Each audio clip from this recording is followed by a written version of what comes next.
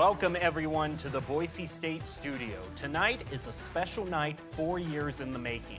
We celebrate the accomplishments of 4 outstanding seniors who have helped their Boise State Overwatch team achieve the pinnacle of collegiate esports and helped bring respect and success to the entire program. And we'll see those Broncos compete against UNLV for a record 4th title. The Rebels may have something to say about that, however, but we'll get to that shortly. Meanwhile, I'm your host, Jacob Jem Palmer, and I'm joined by Artie Rain and Boise State Esports head coach Doc Haskell.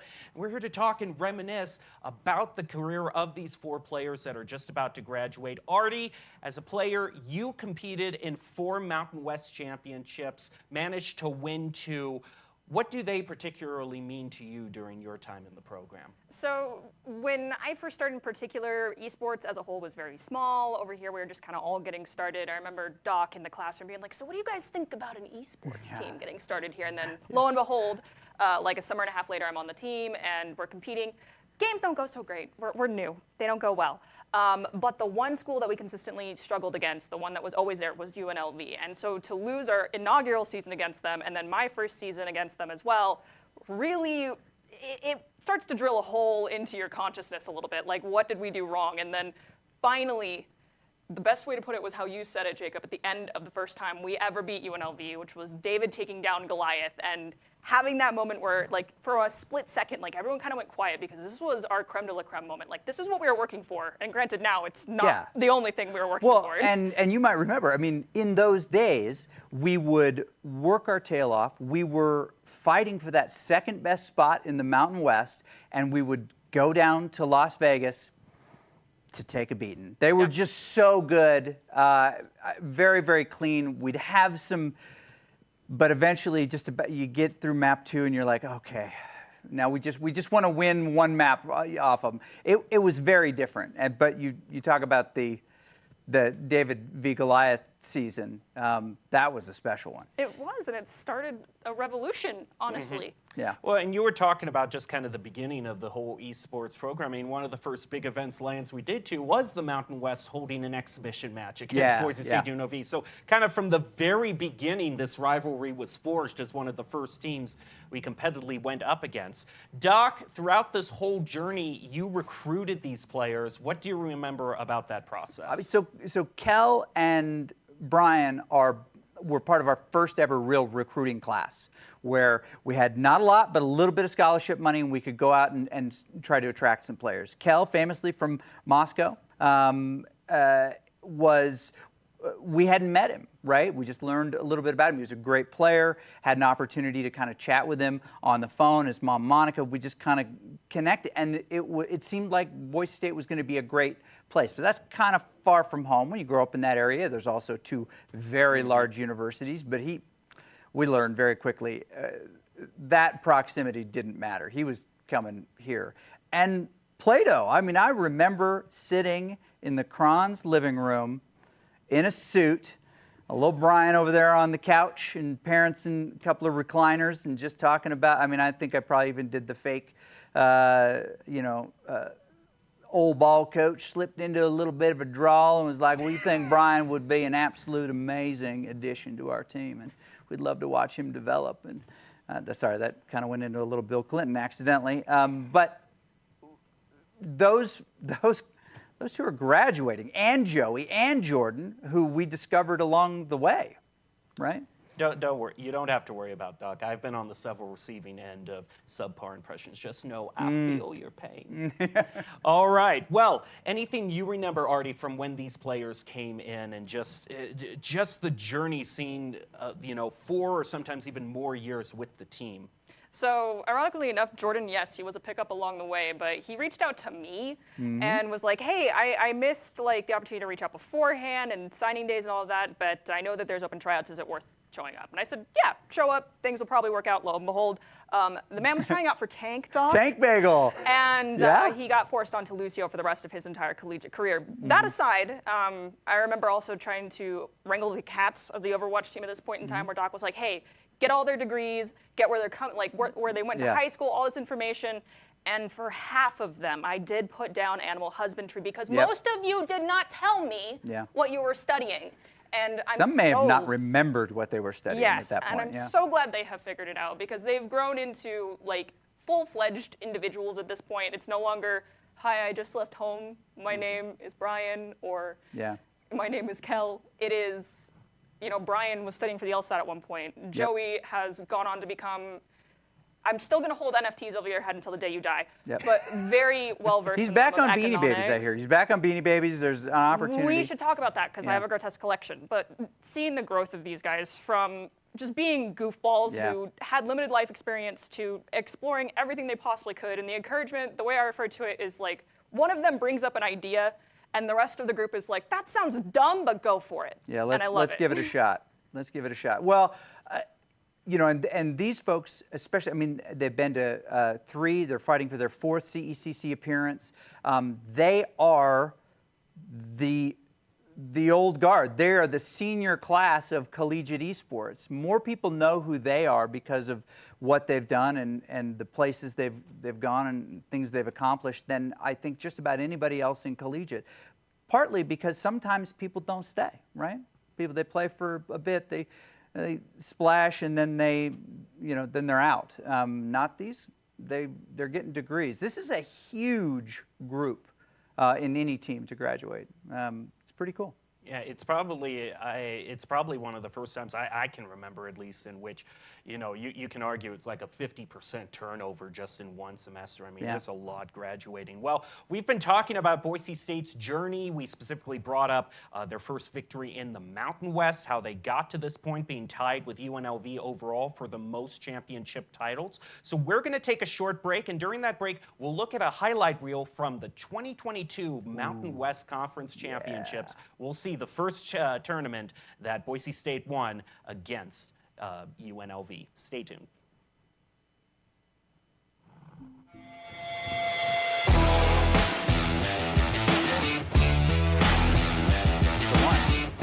Yeah, I almost want to bet that UNLV is waiting for the Transcendence to come in mid-fight, because Boise State has the ult advantage. And the Supercharger underneath, getting some great advantage and damage, blocking the silent for anyone to eliminate. There's aggressive play by Hertz, wanting to eliminate it, but can't do so as the big Omnic Butler comes in from the side angle to lay waste, with now 1 minute and 55 seconds to go.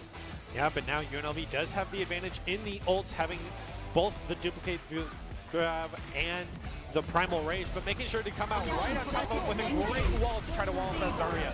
And eats the grab. Eat on the grab. That is massive to prevent that clustering Boise State for them to try and take advantage of it. So a lot of eyes are going to be on Kel to try to eat that grab once again, because that was a huge game changer for him, but he will miss. Oh, what a grab. Grab going to come out, actually tosses the Blizzard out into this, doesn't drop below, and maintains this bridgeway position, locking down both Echo in the radius. The Hayun comes out up top of Chase with a flashbang. There's no barrier large enough for you to survive through that, Hertz. Online to also synergize with Chosen to put the nail in the coffin. Max will even with the disrespect duplicate onto the Mercy. Respect Battle Mercy and a great Nanoblade.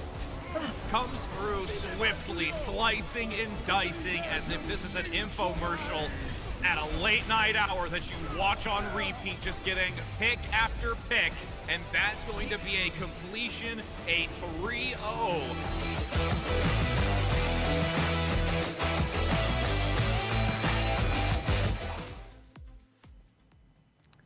And welcome back. That was one of many unforgettable Mountain West Conference Overwatch titles. And I am joined by 2 players that we were just seeing highlights of in that game, Kellen McGurkin and Brian Cran. The first 2 of the 4 graduating. We'll have the next 2 after our next highlight reel. But for now, I want to touch base with these 2 players. And they were mentioning it while they were watching it. They already kind of took the first question out of my mouth for you, Kel. Looking back at that championship, 2021, that was back during the 2 tank era of Overwatch. Kind of give us a picture of how things were where you entered in your memories from that era. Oh, yeah. We talk about this on the team a lot. That was the good old days, especially for me, the old guy on the team, graduating senior. I loved 6v6. It was a fun time. It's a real throwback to see me playing D.Va and Zarya in those comps and taking care of this bum on the team. We know you can play Zarya, though. Well, I also want to say, what do you remember personally about, are there any moments that stood out to you during those championship matches against UNLV? Because you have 3 under your title now. Any moments from those 3 that you still remember? Yeah, I mean, I think I remember in the first one, Boise State really hadn't beat UNLV before in Overwatch, so it was a huge moment when we got the win on that last fight. They swapped Farah to try and recontest. I kill him on Diva, take him out pretty quick, but I think it's just moments like that and getting to celebrate with the team were really nice looking back. Now, Brian, I want to move it over to you. You pulled out a lot of unorthodox strategies, sometimes even the championship matches. One time you played with Joey in a Reaper Symmetra competition that was not really meta then. What do you remember about that match and then other matches in the championship? I just remember the first championship match. It was kind of like this big groundbreaking moment where I was like, all right, can we finally beat UNLV? Can we finally take the Mountain West? And then eventually it kind of spurred into, me and Joey and a lot of people just like having fun and just doing whatever we could. And like back when it was 6v6, you kind of could do that. You could kind of do tons of more fun comps and just mess around and have fun. And as long as you played well as a team, you could get it done.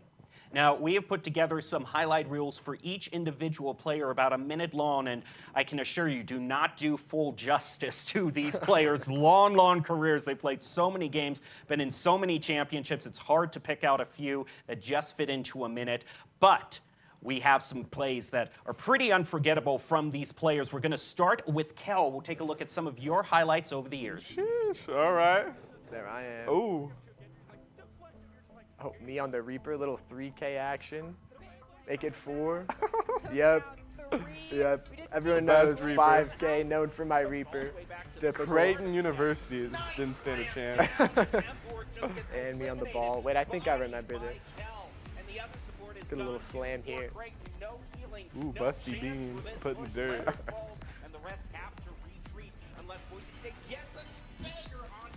Yeah, I love playing ball on King's Row. First point can be a real good swap up for the enemy team. They're not always ready for it. Not used to proficient ball player in that way. Oh, the Mauga era? This is the infamous Reaper ult. Oh my god. Wait, watch. Hit the sorry. And the emote Oh after. my god. Come on. That's good. That's clean. That's clean. So looking back at that whole career, what has it meant to you to have so many amazing moments in your collegiate career? As Doc says, the most successful Kellen in Boise State esports history. I couldn't agree more.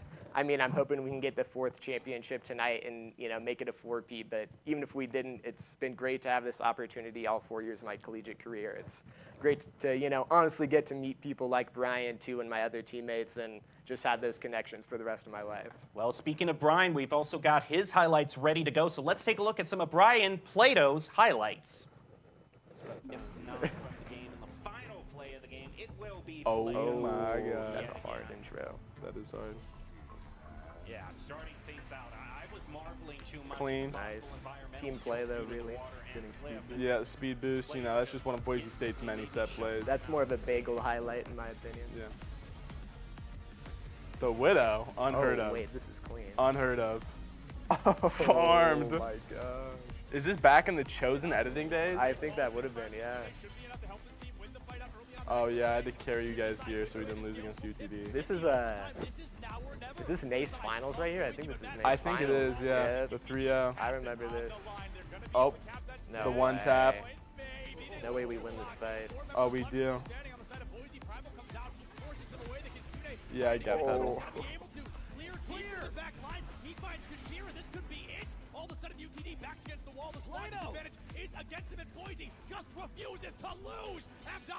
Oh my god. The 3K clutch. Clean. That's pretty good. That was a good hold. I That was remember a that pretty hold. good play.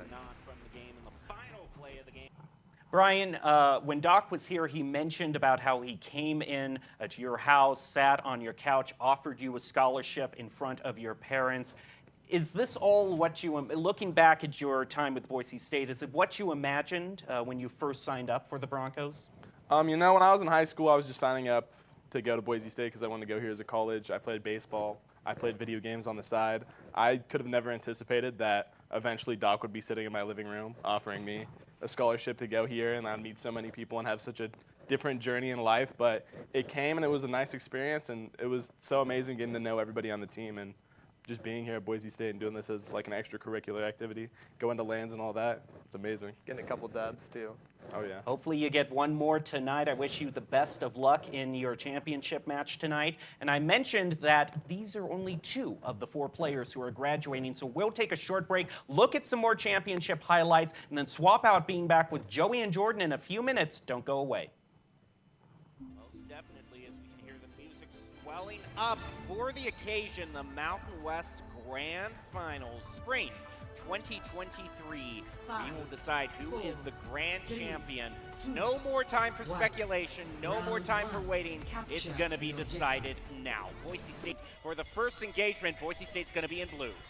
And we have Clear rolling out on the Diva. Matt Merck picking up the mantle, playing Sombra. We have Plato on Tracer, Bagel on that Lucio, and Chosen on the Kiko. Already finding 2 eliminations. The Tracer and the Sojourn for the side of UNLV have been sent to spawn. Kernmaster is hacked and goes down. Boise State seems to be pretty solidly winning this team fight. He's going to be parlaying that into taking the point first. That Kiriko's trying to get away. Hey, Doggo just going to be able to escape, but not Pretty Humor. He's sent back to spawn. That's going to Diva EMP with their ults combo. Well, Boise State is going to bring out the EMP. Goes on to Kern and Hay, but they are able to recover for it. And looks like it's the defense matrix is going to eat up that pulse bomb. Hertz gets a pick onto Bagel. Could be an opening for UNLV to move in. Boise State is going to be moving back to the point off of that 1 pick that the Rebels got. Diva, Primal Rage is popped just to try to sustain on point a little bit longer. There's possibility that the enemy Tracer can get on point. Recall is forced. I do not believe they'll have, no, they were eliminated. There is no time for UNLV to touch the point, and that is 100% to 0 for the Broncos on point 1 of Oasis. Team with 3 ultimates, almost 4. The Broncos don't have beat online to counter one of those major CC ults. However, the Cassidy with that Deadeye is going to go down before they even make the choke point. Wall early, trying to break off the tank from the backline of Broncos is going to be removed. Bagel wall rides, manages to get Clear into safety. UNLV is throwing everything that they have to keep this Reinhardt alive. He's going to get walled off again. Ramatra is going to bring out his punches, trying to take him out. Plato eliminates Hey Doggo. High Noon brought out in response. He's going to pick up Bagel. Pretty Humor holding on just for help. And after a whole bunch of util to have a re-engagement from Pretty Humor, it's the Doomfist that we were talking about. Boise State seems ready for that one. Bowling him down. And Boise State claims the first of this best of 5.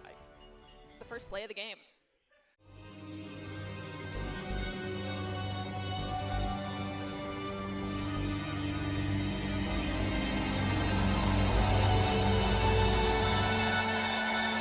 Jedi, there goes a huge shatter onto Fresno. Now can the follow-up get them down there?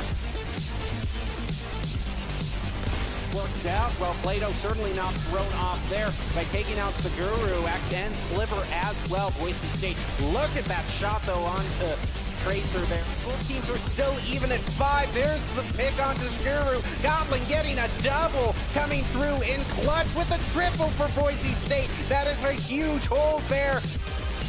Now here comes Boise State trying to even it back up. Oh, look at that double Diva bomb.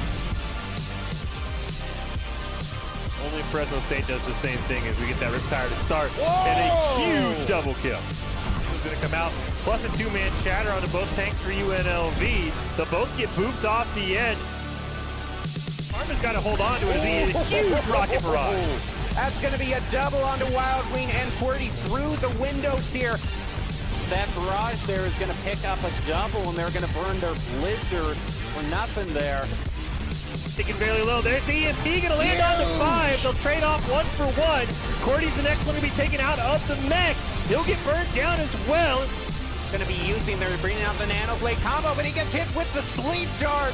Being able to hit that Sleep Dart onto the Nano Bladed Silk, who gets taken out by Plato. Ultimate Fresno State has a huge barrage coming through with a double there from Goblin. Not by a flame strike though, but Pelt evens it up by taking out Shishame. Now Bully Hunter and Robin also eliminated. Boise State is still 1 up, now 2 up in this fight. It isn't overtime. They focus down to Guru. That's it, Broncos. using that primal rage from Birdie there. And there goes the Diva back. Boise State, you have taken down Goliath. You are the Mountain West champion. Welcome back to the Boise State Esports Studio. I am joined by two other future Wall of Fame players, Joey Pacey and Jordan White. You both have had some amazing experiences. We're going to revisit a few highlights, ask both of you about your time here. My first question is to Joey, aka Moose / Goblin. Doc has described you as the most exciting and terrifying player ever to be put on Boise State's team. Your mid-match switches are legend. Doc talks about a sudden Farah on Rialto that stuffed UC Irvine in an ABC match, an example of your instincts playing off. Where does that come from? I don't know. I kind of just enjoy playing like the unique types of heroes and just like, I don't know, just trying to find a way that works that is really unconventional. And I think that kind of leads to me playing some unique things. And sometimes it works, sometimes it doesn't. Normally I'd say it works for the better. Jordan, when Doc was with us a few minutes ago, he kind of teased this. You walked up as a tank, and yet you've become one of the most successful and tenured support players for Overwatch. What's it was like playing on a team where you could really do anything you wanted? Oh, it was incredible. I had a great time. I walked up as a tank, like you said, and Doc told me that we didn't have enough support, so I gave it a shot. I'd played it before, and it was an incredible time. I'm really glad I found my place there, and I've been enjoying it ever since. Well, we've got a list of highlight reels. We already were seeing a few. We'll probably see a few of those plays you just saw a little, but now now we'll get the time to kind of get some live commentary over. You can react to your highlight reels. Joey, let's take a look at some of your highlights over the years. Oh my gosh, the Tracer play. It's like my only ever Tracer play. It's been years. No, it literally has been. Oh, typical. Dude, we gotta play Farah today. Yeah, I bring think it we back. have to. I think that's what we've concluded here. Oh yes. Oh my He God. got Mount highlights. He got Mount highlights. Let's go. With the Jade gun, baby. Jordan, you know I was the first in the world with the Jade gun on Maga. Yeah, I believe it. Isn't that Not a crazy? single other person was playing that. Okay, maybe I don't true. think anyone else is ever going to play it again. Maybe true.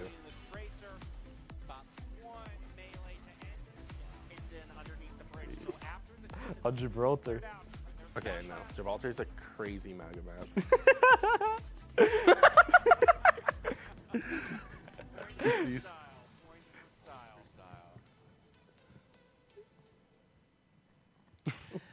What has it meant to you, Joey, looking back at your successful college career and looking forward as to what you're hoping to do? This program has honestly meant a lot to me, like, you know, just the time that we've had to sink into the program and all the people that I've met. Like, all of my people that I'm probably going to stick with for the rest of my life have been, like, met through this program, and it's honestly really awesome to, like, have that foundation in school. And past school, I don't know, I'm just kind of seeing where the world takes me. I'm still trying to figure that one out myself. That's fair enough. Jordan, we're going to take a look at some of your highlights. Some offensive, others you just being an annoying Lucio that no one can hit. So let's take a look at Jordan.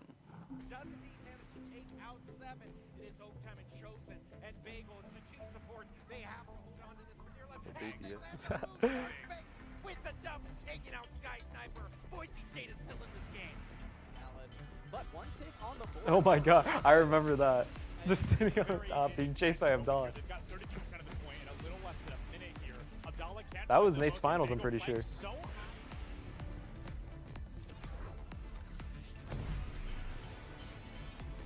Oh, I remember that. That's my 4K.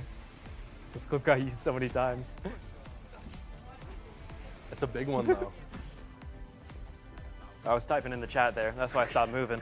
It's pretty valid. Jordan, you've made a huge impact on the collegiate scene and your school. What does it all mean to you? Oh, it means a ton. I've loved this program so much, and like Joey was saying, I've made some lifelong friends here. It's become my family, and it's cool to leave a legacy of someone who came in here and was pretty terrible at the game, but kind of leveled up and made progress to get better. It's meant a lot. Well, thank you both for everything. While these folks get ready for our mini commencement coming up, we'll throw it over to Artie and Doc on the desk to do some more reminiscing. Take it away, you two. Thank you so much, Jacob. And we are about to bring in all of our players to come down for a mini commencement, as you mentioned. And Doc, you're decked out in some regalia yourself. Would you care to elaborate on the importance of this? So the regalia is a problem because you can't get a TAM over a headset. This is a new problem. We have not discovered this before because we haven't done this before, Artie. We've been talking about it forever.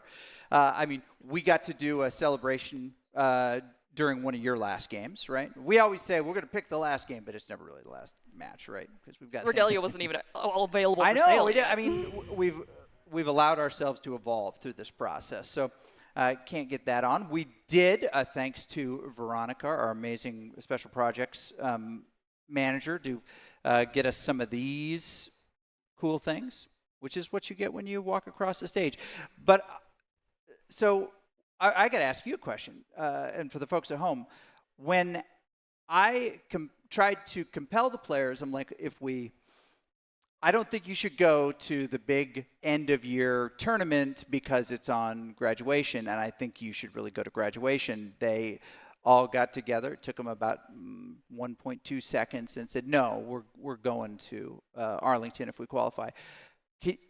What was your, I guess, reaction when you heard that they didn't want to walk, they wanted to go play? I wasn't surprised at all. I mean, if you heard all of the guys during their interviews, and this is the family that they have built over the last 4 years, and CECC marks the end of that journey of this small family that they've been together with. And instead of celebrating in an arena full of hundreds of thousands of people they don't know, who don't know their story, don't know the growths, the struggles, everything they've been through, they're going to be able to go on one final adventure together and either take a dub, take an L, but have fun either way to cap off their final senior performance on a stage, just like they started out here with us, just upgrading to a bigger one. Yep, that's true. Well, good. They're starting to gather over here. We'll get ready to go. Here's the way it's going to go down. We got one of these for them. You're going to full name them. Mm-hmm. And you know what? If you decide you're going to add some names to that, I mean, so be it. Everybody's also going to get one of these, which is the coveted alumni pin. They're going to be a little bit surprised by that because that's just not something you get. But we'll do a little mini walk across this stage. Then they'll get ready to play. Now, this is kind of a risk here because we haven't qualified for anything yet. There's a big match against our #1 rival coming up here pretty quick. So let's get some of these folks up. I got to take off my headset so I can put my TAM on. And we're going to need some music.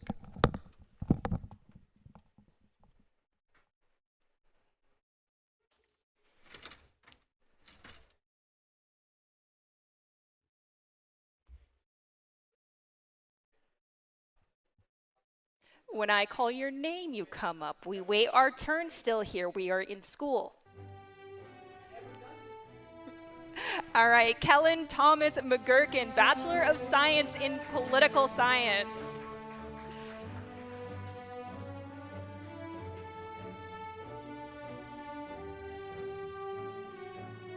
Hey. Good job, Kellen. Brian Edward Cran, Bachelor of Science, Economics.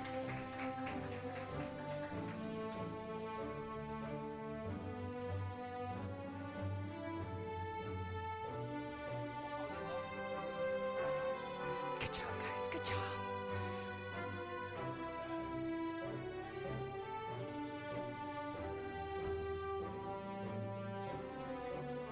Joseph Salvatore Pacey III.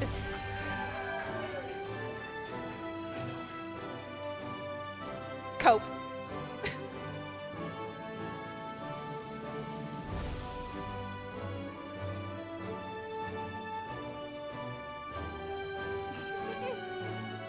Jordan Christopher White, Bachelor of Computer Science.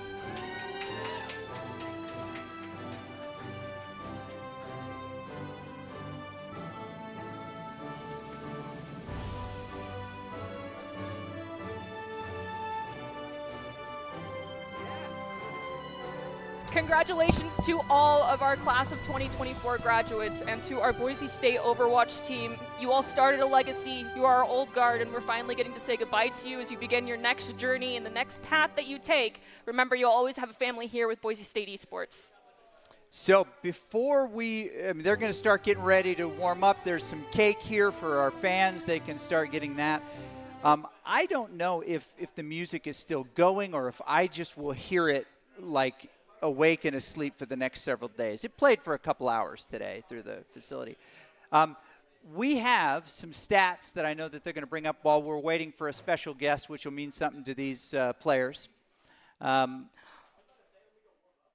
is time to warm up, y'all. The stats of basically by the numbers of what these players have accomplished. What is your guess in the total number of games that they have played? Let me think. So year one, we were competing in play versus ECAC, NACE, as well as still NECC at the time, correct? Or was that? Yeah. That was NECC. NECC. Okay, so that was 4 games a week, 18. I'm thinking these guys are pushing somewhere around. I think we're pushing around somewhere about 1,000 to 1,500 games. That'd be a lot. A lot of games. Well, we were doing like 4 a week at one point. So you're right. Matches is what I meant to say. Oh, okay. So maps they've played, well over 1,000, no doubt. So we're looking at like 500 total? Close. We got some numbers up here. Check them out. In the last 4 years, Kel, Plato, Moose, a.k.a. Goblin, a.k.a. many other names, and of course, the large bagel, have competed in 405 matches, and they are 320 and 85. They've got 2 national titles, 1 national runner-up, 3 Mountain West titles, 2 ECAC, 1 NECC, 2 top 4 finishes in ABC, and 2 top 8 finishes in that time. That's pretty amazing. And look at their Mountain West conference record. Anything jump out at you there? I'm really liking the 9-4 from UNLV. I mean, that just goes to show why they're our rivals. We have a perfect record against New Mexico. Also, I mean, I got to give a shout out over to the Fresno State squad because that was the first school that came down here to play with us when we were in the library. So this squad redeemed us from that epic loss that we experienced. Yep. And Nevada made that trip one time. I know we've had Air Force on the stage before. We've had Wyoming as well. We've had Wyoming on the stage as well. Utah State came for Rocket League a number of years ago. It's been great having these. We were just talking about it. Wild Wing Bat from UNLV is going to graduate either now or in the fall. Just somebody we've known for many years getting their degree. It's pretty dang cool. Now we just need Hey Doggo to get there. Yeah, Hayden, I'm calling you out on this one because I was talking with QWERTY the other day when we were talking about all these graduates. QWERTY's like, what's going to happen? And I was like, new chapter, theoretically throwing the whole book out and getting a new book. Some characters will carry over. Some are going on their own adventures. But he was like, so who's all graduating? I was like, well, Moose is going, Kel, Plato, Bagel. And he was like, that is like the squad. And I was like, it has to happen. And we've talked about this. It's really rare to have a collegiate group. Now, there's a couple of names that should be included in this group, but aren't here tonight. Mason, who transitioned from a player to a caster for a bit, and then just to a really good student to get all the way done. Mark also transitioned from a player to a really good student, who is he is next fall, right? But we'll honor those folks as well. But it is very rare that a player finish their collegiate career on stage. So the only one that really has done that is, I think it was Cosmo Buster. Yeah, played his last game on this stage. So we'll see how it goes. Hey, production, is there any special guests? Oh, there is?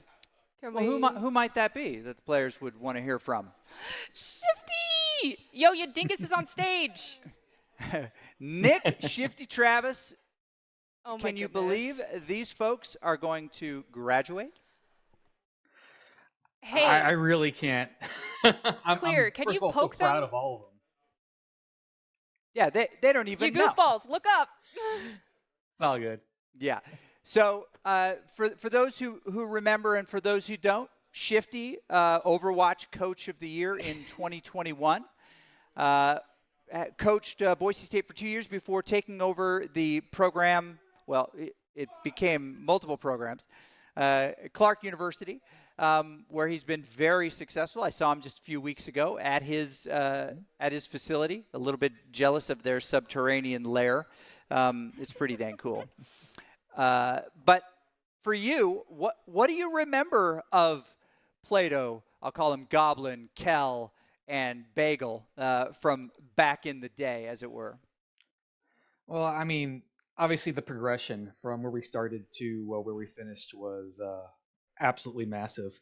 There was a lot of we started off not exactly the most cohesive unit at the beginning. A lot of great talent, a lot of great players, but a lot of individual players. And then as that chemistry sort of combined with strategies and many of the challenges we've seen over multiple semesters, that sort of progression to a team was a massive difference. Um, Obviously, some of the compositions we did that required a lot of that teamwork. I know Goblin, one of the most creative players I have ever coached, and I definitely mean that in a good way. And it was seriously, it was an amazing experience, and definitely going to remember it forever. And one of the reasons why we got one of these. Yes, there it is. And there are a couple of those in the family as well. They're going to be fighting our old foes for another shot at one of those again tonight. So it'll be pretty cool. Borrowing against the Boise State character of special plays, even though you've had your own program, you've continued to install what we call specials every year before the end of the year. Can you talk a little bit about the creativity that they were willing to bring that made that possible? Yeah, so a lot of the special plays some of them were strategies I brought over from pro teams when I was coaching the British Hurricane, or things that we picked up from other teams. Some strategies that a lot of collegiate teams haven't been able to see, or in particular NA teams either, because a lot of these were European strategies at the time. That the strategies are sound; they can be picked up from different areas. They can be adapted to different metas and kind of pretty interesting things. And you had the players on Boise that could actually make these work, which is really important because every little individual piece of the puzzle is necessary to make them work. In addition to that, I remember one time where, like you said, I was helping out other universities. At the time, it was Becker, and I think it was in Play Versus where we had Boise State, the #1 seed, and Becker, the #2 seed, and we both had two teams. And then, we went to Gibraltar, and I installed both of these sort of special plays on both teams. So they both kind of knew what was up, so that was an interesting match in itself. Yeah. But yeah, that was just, it's always fun to throw in a little bit of a curveball, something that, hey, you know what, they know what we're going up against. They kind of plan for it, but they haven't ever seen this. Let's give them something different. What was the almost impossible to break Kings Road defense? That was Clockwork. Clockwork? Yeah, okay. That was a lot of fun. We would hold it in our pocket until we needed one hold, after going full on the map. For you, what makes a college player truly stand out as many of these folks have? You've been a director for a few years now. Oh. What makes somebody super special? Maybe something you see in this group. There's so many things. We can't just say one. I would say definitely it's trying to find something that they can do that isn't just good for them, but good for the team. Something to play around. What I call a playmaker. You want players that are not afraid to, like we mentioned, be creative, but creative for the sake of something the team to play off of. Something that can take the initiative and make something happen, especially at the collegiate level. When you're taking the initiative and controlling the tempo, you're basically setting the parameters of a lot of team fights, and you limit the other team's options so that if they do X, then you know how to react to it. If they don't do X, you win. So players that can kind of take that sort of mindset and then execute them is absolutely a big thing. Also, I would say a strong mentality. When things aren't going right, and especially Overwatch is a game where things can kind of snowball in one direction or the other, where you have someone on the team that can kind of bring the team back mentally. That's something a coach can't do live. You can't communicate, during the middle of a match saying, hey, get your heads together, calm down, etc. You need someone in the team to be able to bring them back from the depths of negativity into seeking of the next fight and stop thinking about the past fight. Any questions or even just reminiscings for Coach Shifty? Shifty, I miss you so much, man. I gotta say that for Hey, I miss you and everyone else. Seriously, it's been way too long. Luckily, I was able to see Doc recently, but again, it's one of those things where I missed it. Okay, well, we're going to dedicate our performance to you tonight, unless it's terrible, and then we'll take it back. So thank you so much for joining us. We're getting ready to get this thing started. Hey, thank you for having me. 14 minutes left. Oh, yeah. We love you. Thank you so much for popping in for the players. They love you. Always. And we'll try to get one done for you. Make it happen. Okay. Am I forgetting anything? Let me check the script here. No, I don't believe so. Okay. Well, we'll take a break. We'll start the countdown. We'll be back in 13 minutes to start this seventh Mountain West Championship match. 7 out of 7. And it's always been these two teams. Yep, that is true. Yeah. We'll be back.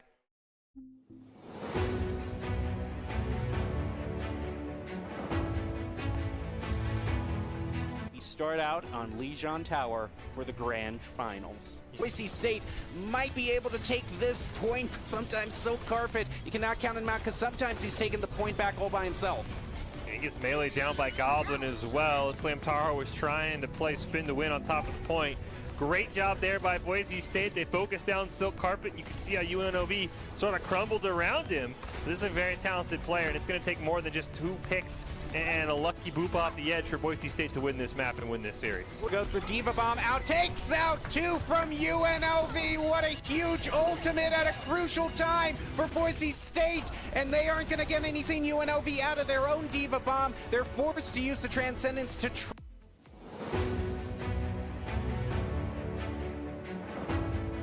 the Diva back onto Silk. Put him asleep. That's a fantastic Wabo combo there. Nice Transcendence from Karma. They're just trying to buy as much time as possible. Similar to what we saw from Fresno State. UNLV is going to put Boise State in a spot where the Broncos cannot afford to lose a fight. Plato brings out the Deadeye there. It's going to force, looks like it might be a little bit more of a zoning Deadeye as QWERTY tries to get onto the point. Is taking a whole bunch of damage from Goblin, though. Gets taken out of his mech there, and Plato gets the crucial pick onto Silk there, followed by Lucky. The backline for UNLV is falling, followed by QWERTY there. They have driven it up to 99%. They take it! Boise State getting the first win! Boise State's going to be the first one pushing in the red this time. Really close to a second tick as well, make this next fight a little bit easier. The Nano's online, the Dragon Blade's still at 77%, so a large Bagel can use his Nano at will. Karma's got to hold on to it as he a huge rocket barrage. That's going to be a double onto Wild Wing, and QWERTY through the windows here, and now they're after the Mercy. They're going to be taking out Lucky as well. Karma also eliminated, putting the stagger onto UNLV and allowing Boise State to take the point. out as well as the Deadeye. Goblin also throwing out that pulse bomb. One on to Slam, followed by Lucky and Silk. Boise State moving toward the final point, one after the other. Wildwing and QWERTY also taking a huge amount of damage. Wildwing's the only one to survive, and now it is desperation tactics for UNLV. Silk changing over to the Widowmaker, and it's not going to be enough. They take it. I mean, it is the stall at this point. Even if they can't win this, they're burning off more and more time from UNLV, and they're going to be going into this with a huge time advantage into overtime. We see Slam throwing out that minefield as Plato is taken out by Silk, who has just come alive in this round. Now here comes Goblin, very low on health. The Genji Blade also picking up Guac, and Silk becoming a huge problem for Boise State. They aren't able to stop him. It is just completely turned around here on Kings Row. Both get booped off the edge. Karma's going to go down as well. Boise State might be able to just barely hold UNLV and make this a winnable match. Silk's going to get hacked. He's trying to run away. He's not going to be able to do it. And Boise State, it's winnable. It's winnable. But that is a very, very generous statement. As you said, Fish, the respawn advantage no longer available to them as the overtime counter is very shaky. There goes Wildwing. Oh, so close. This is such a crucial turning point. Like you said, Yep. if they lose this fight, they have such a steep uphill battle. Here we go. Well, there goes the Nano Blade, already taking out Guac and Asu, and now Cal, and that is a quadruple for Silk Carpet. Definitely where he wants to be and what we know him for. Staggered one after the other. Boise State, after some fighting, does manage to pick up the first checkpoint. They start out, there comes the Nano Blade, quickly taking out Asu, followed by Plato, and from up here you can just see the full extent of the damage coming out from Silk there. Do get the pick onto Lucky, so that is crucially going to be the res now available to UNLV, followed by Wildwing, and UNLV is finding himself pelted down from above by Plato, who's coming through in huge flying colors for Boise State. They managed to get to the second checkpoint, and they're going to be going on to the third part of Gibraltar. They're going to try. There's the pulse bomb over there to stop the push. Looks like one member did get on, but a huge diva bomb from Kel. We didn't get it in the picture, but Boise State's going to put themselves in exactly the position they wanted. Goblin's still alive. This is his chance for a huge EMP to redeem himself for what we just saw. And here we go, but he gets stunned mid-cast. No! What a play. That is a huge play. The Blizzard is also coming up, as well as Amp Matrix, and it is not working out for the Broncos. Oh my goodness, Kel and a large bagel are taken out, and there Boise State is going to have to defend some more. Goblin are trying to keep it alive. They're trying. They have burned off more time than UNLV for overtime, should they capture this final point. But Kel huge with the double there. Oh, it's Silk with a double of his own. Karma's on the point, but Guac is still managing to hold it. There goes the Dragon Strike out from Boise State. They did it! They're not going to get there! Woo! Wow! How does UNLV respond? I mean, we talked about it all the time. They're on match point. I definitely think UNLV is a very talented team, and I would think that they have all, like I said, I think Assault favors UNLV. Now here comes Boise State is going to be pushing through this first choke point here. Well, here comes the rally being used first. Now it's going to be answered by UNLV. They get caught up with the Graviton Surge, and Silk is going to throw out that pulse bomb onto Ace, who pick up one, but Silk gets taken out as well, so both teams are at 5. We see Copy coming out from Plato onto the Brig, almost building up that rally, is able to build it up and push Boise State toward the point. Bob was used by UNLV as Wildwing and QWERTY pick up one for each of them. Kel, before the remake can come through, is taken out by Wildwing. And as much as we talk about Silk, Wildwing is such a good DPS in his own right. As one of their members, the Tracer, tries to get back onto the point, but with Karma getting a double there, that's going to end their chances. Yeah, UNLV just came out ready to go on this map, absolutely answered the call of how would they handle being up against match point. And it's a huge pick, and the stall from Guac is no longer going to be available. But Boise State needs to hold on for as long as they can. If Guac can get back to the point in time, maybe you can use that Primal Rage. Oh, what a great effort from the Broncos, but not quite there. it would be probably the biggest victory of the season for the Broncos. Like in terms of just pure emotional attachment and the history that Boise State has had with this rivalry, they've already picked up, a good amount of championships, not to discount, Boise and Madden or Boise State's victory in play versus, but this particular matchup has so much attachment for Boise State, so much history, that to win here would be the ultimate send-off of the year. We're going to find out how Boise State does. Well, time is still ticking. They're past 65% here. Boise State just looking to get some more charge there on their ultimates. Here comes Tafara. You see her there, but where is the positioning going to be used? There goes Sakel with the gravitic flux, is going to be able to take out Wild Wing and Silk Carpet again. That is a huge play, and before the rest can come through, they take out Lucky, and Boise State is going past 85%, forcing UNLV to come in one at a time. Oh man, can they even get to the point to contest it? No! Boise State gets the first victory! And now we see how Boise State will respond. This is the one map they did lose to Fresno. Well, here we go. Plato taking a lot of damage. Is going to be taken out early from QWERTY as Boise State is using their ultimates, is only able to take out the Immortality Field. And Silk getting the pick onto Asu as Large Bagel's trying to get away as he's pressured by him, is taken out by Karma. And that did not go the way the Broncos wanted. They burned off all the ultimates from UNLV, but they also used all of their own. Okay, here we go.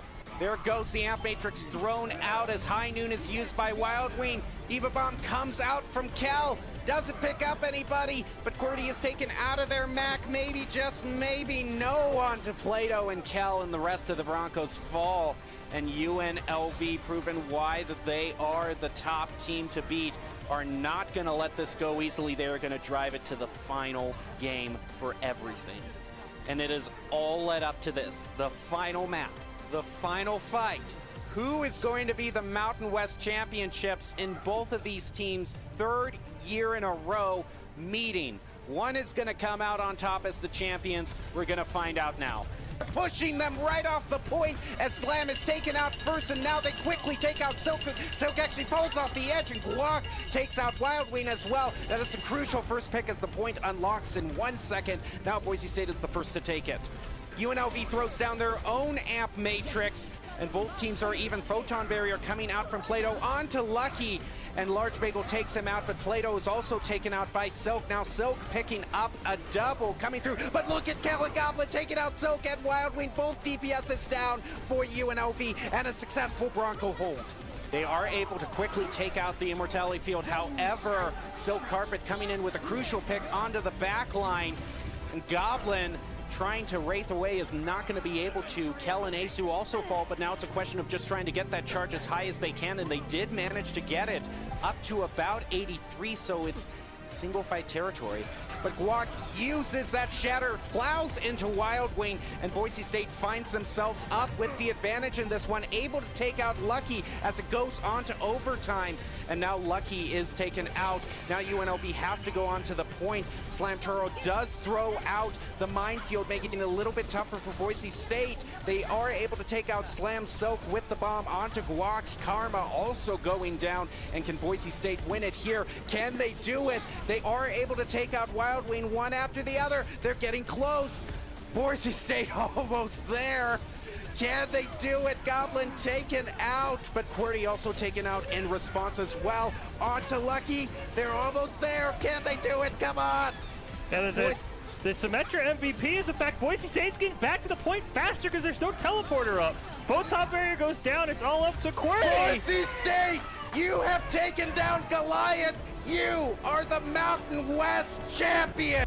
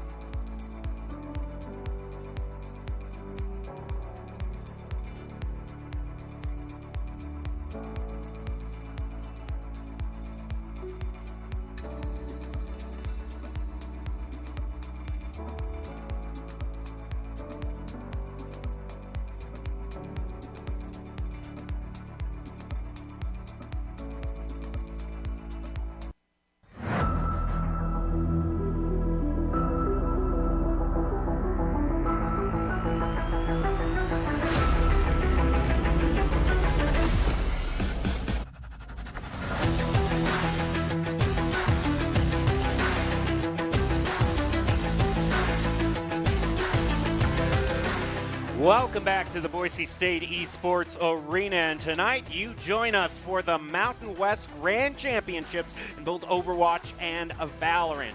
We've been playing all spring semester.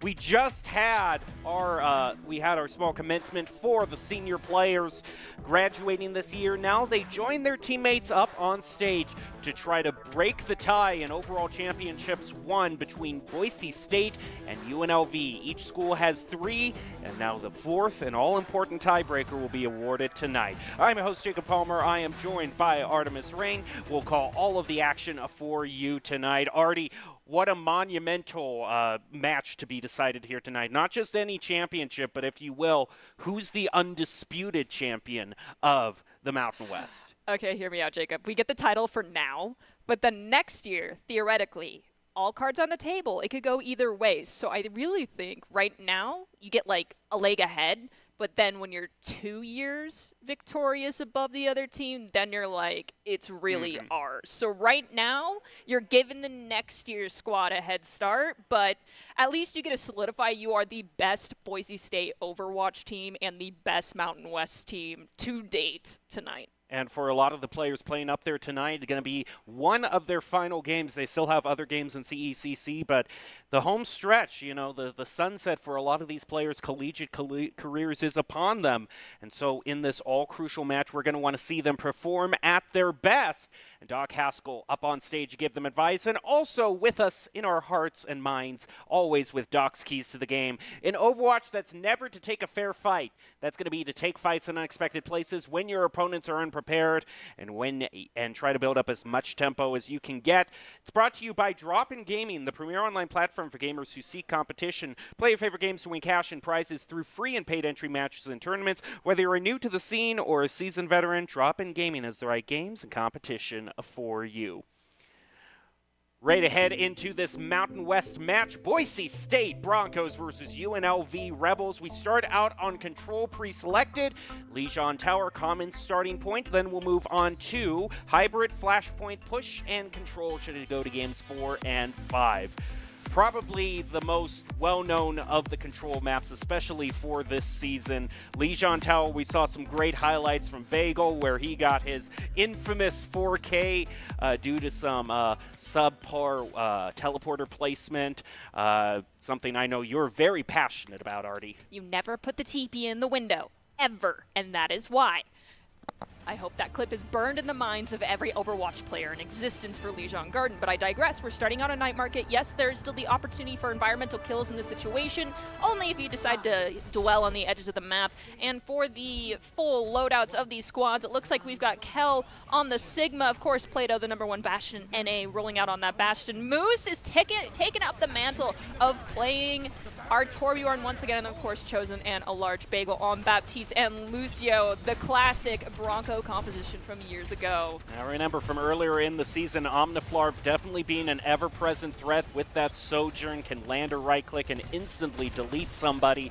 Right now both teams just exchanging opening blows as they wait for the control point to unlock. Kel pushed up forward in a position where he can rotate over toward the point, but it's UNLV who actually gets the first touch. Boise State having to recover. Quirty, though, going very low on health. They almost take out the Rebels tank. Boise State having to spend their immortality field. Kel breaks through the defense of the Rebels, taking out Hertz and Varix, and that'll be first point taken for the Broncos. Just going to take a quick look at all the ultimates across the board. We can see that Chosen is leading the charge with the Amplification Matrix nearly online. They'll be able to lock down this entire corridor here very soon. Just waiting for UNLV to walk into the trap, drop the window down, and eviscerate everyone with a well-placed immortality around a corner, which we refer to as the Immortal Immo field. Let's see, Moose's turret, unfortunately, is eliminated by Omniflarp very early. Karen Master gets dangerously low, as is Varix. If we lose either the supports early or Omniflarp, that is your forward damage. Your tank gets blown up if your DPS are not there. That is a reset. Kern Master soon to follow thereafter. 2 down, UNLV trickling out. They have 6% on the point, but they're all just touching and dying currently, and it's still in for the Broncos' possession. Bagel taking a watch over the flank routes, which can be so important. Hertz tried to get in on Boise State's backline, but he was spotted out, forced back to spawn. It's Boise State now in a clear lead in terms of percentage. We have almost every single checkmark online for the Boise State squad. However, Cordy Toomer is coming up on with that Terra Surge. The only thing they'll be able to save the Broncos is either Immortality or the Beat Drop, which they'll be looking to force here early as the Broncos, using their Sine Wave and as well as the distance they are managing to hang on to, waiting for that Sine Wave to go down from UNLV. We saw the Fortify from the Orisa. Kernmaster's coming up on that beat as well. At this point, someone needs to start looking for an opportunity to hit Q once a major cooldown is gone, and it looks as though Barracks will be the first one to do so. In response, we have the window. Spear spin straight through it. Pile driving into the back line. Chosen falls. Bagel goes down. Plato is gone. Moose is eliminated. It is just Kel left standing. He is getting sent into the drink with the blender. And that is finally the point flipping over to UNLV. And the best thing about that for the Rebels is they only had to spend the Kitsune Rush, spending only one ultimate to turn the fight around. They have completely reset the ultimate economy to be more in their favor. Unfortunately, both Beat and Window being forced out. Kernmaster has Beat in response to Kel's Flux, so that's going to be nullified. The question is that it's going to be down to these DPS ultimates. Who's going to have the better placed one that actually gets entry for their squad?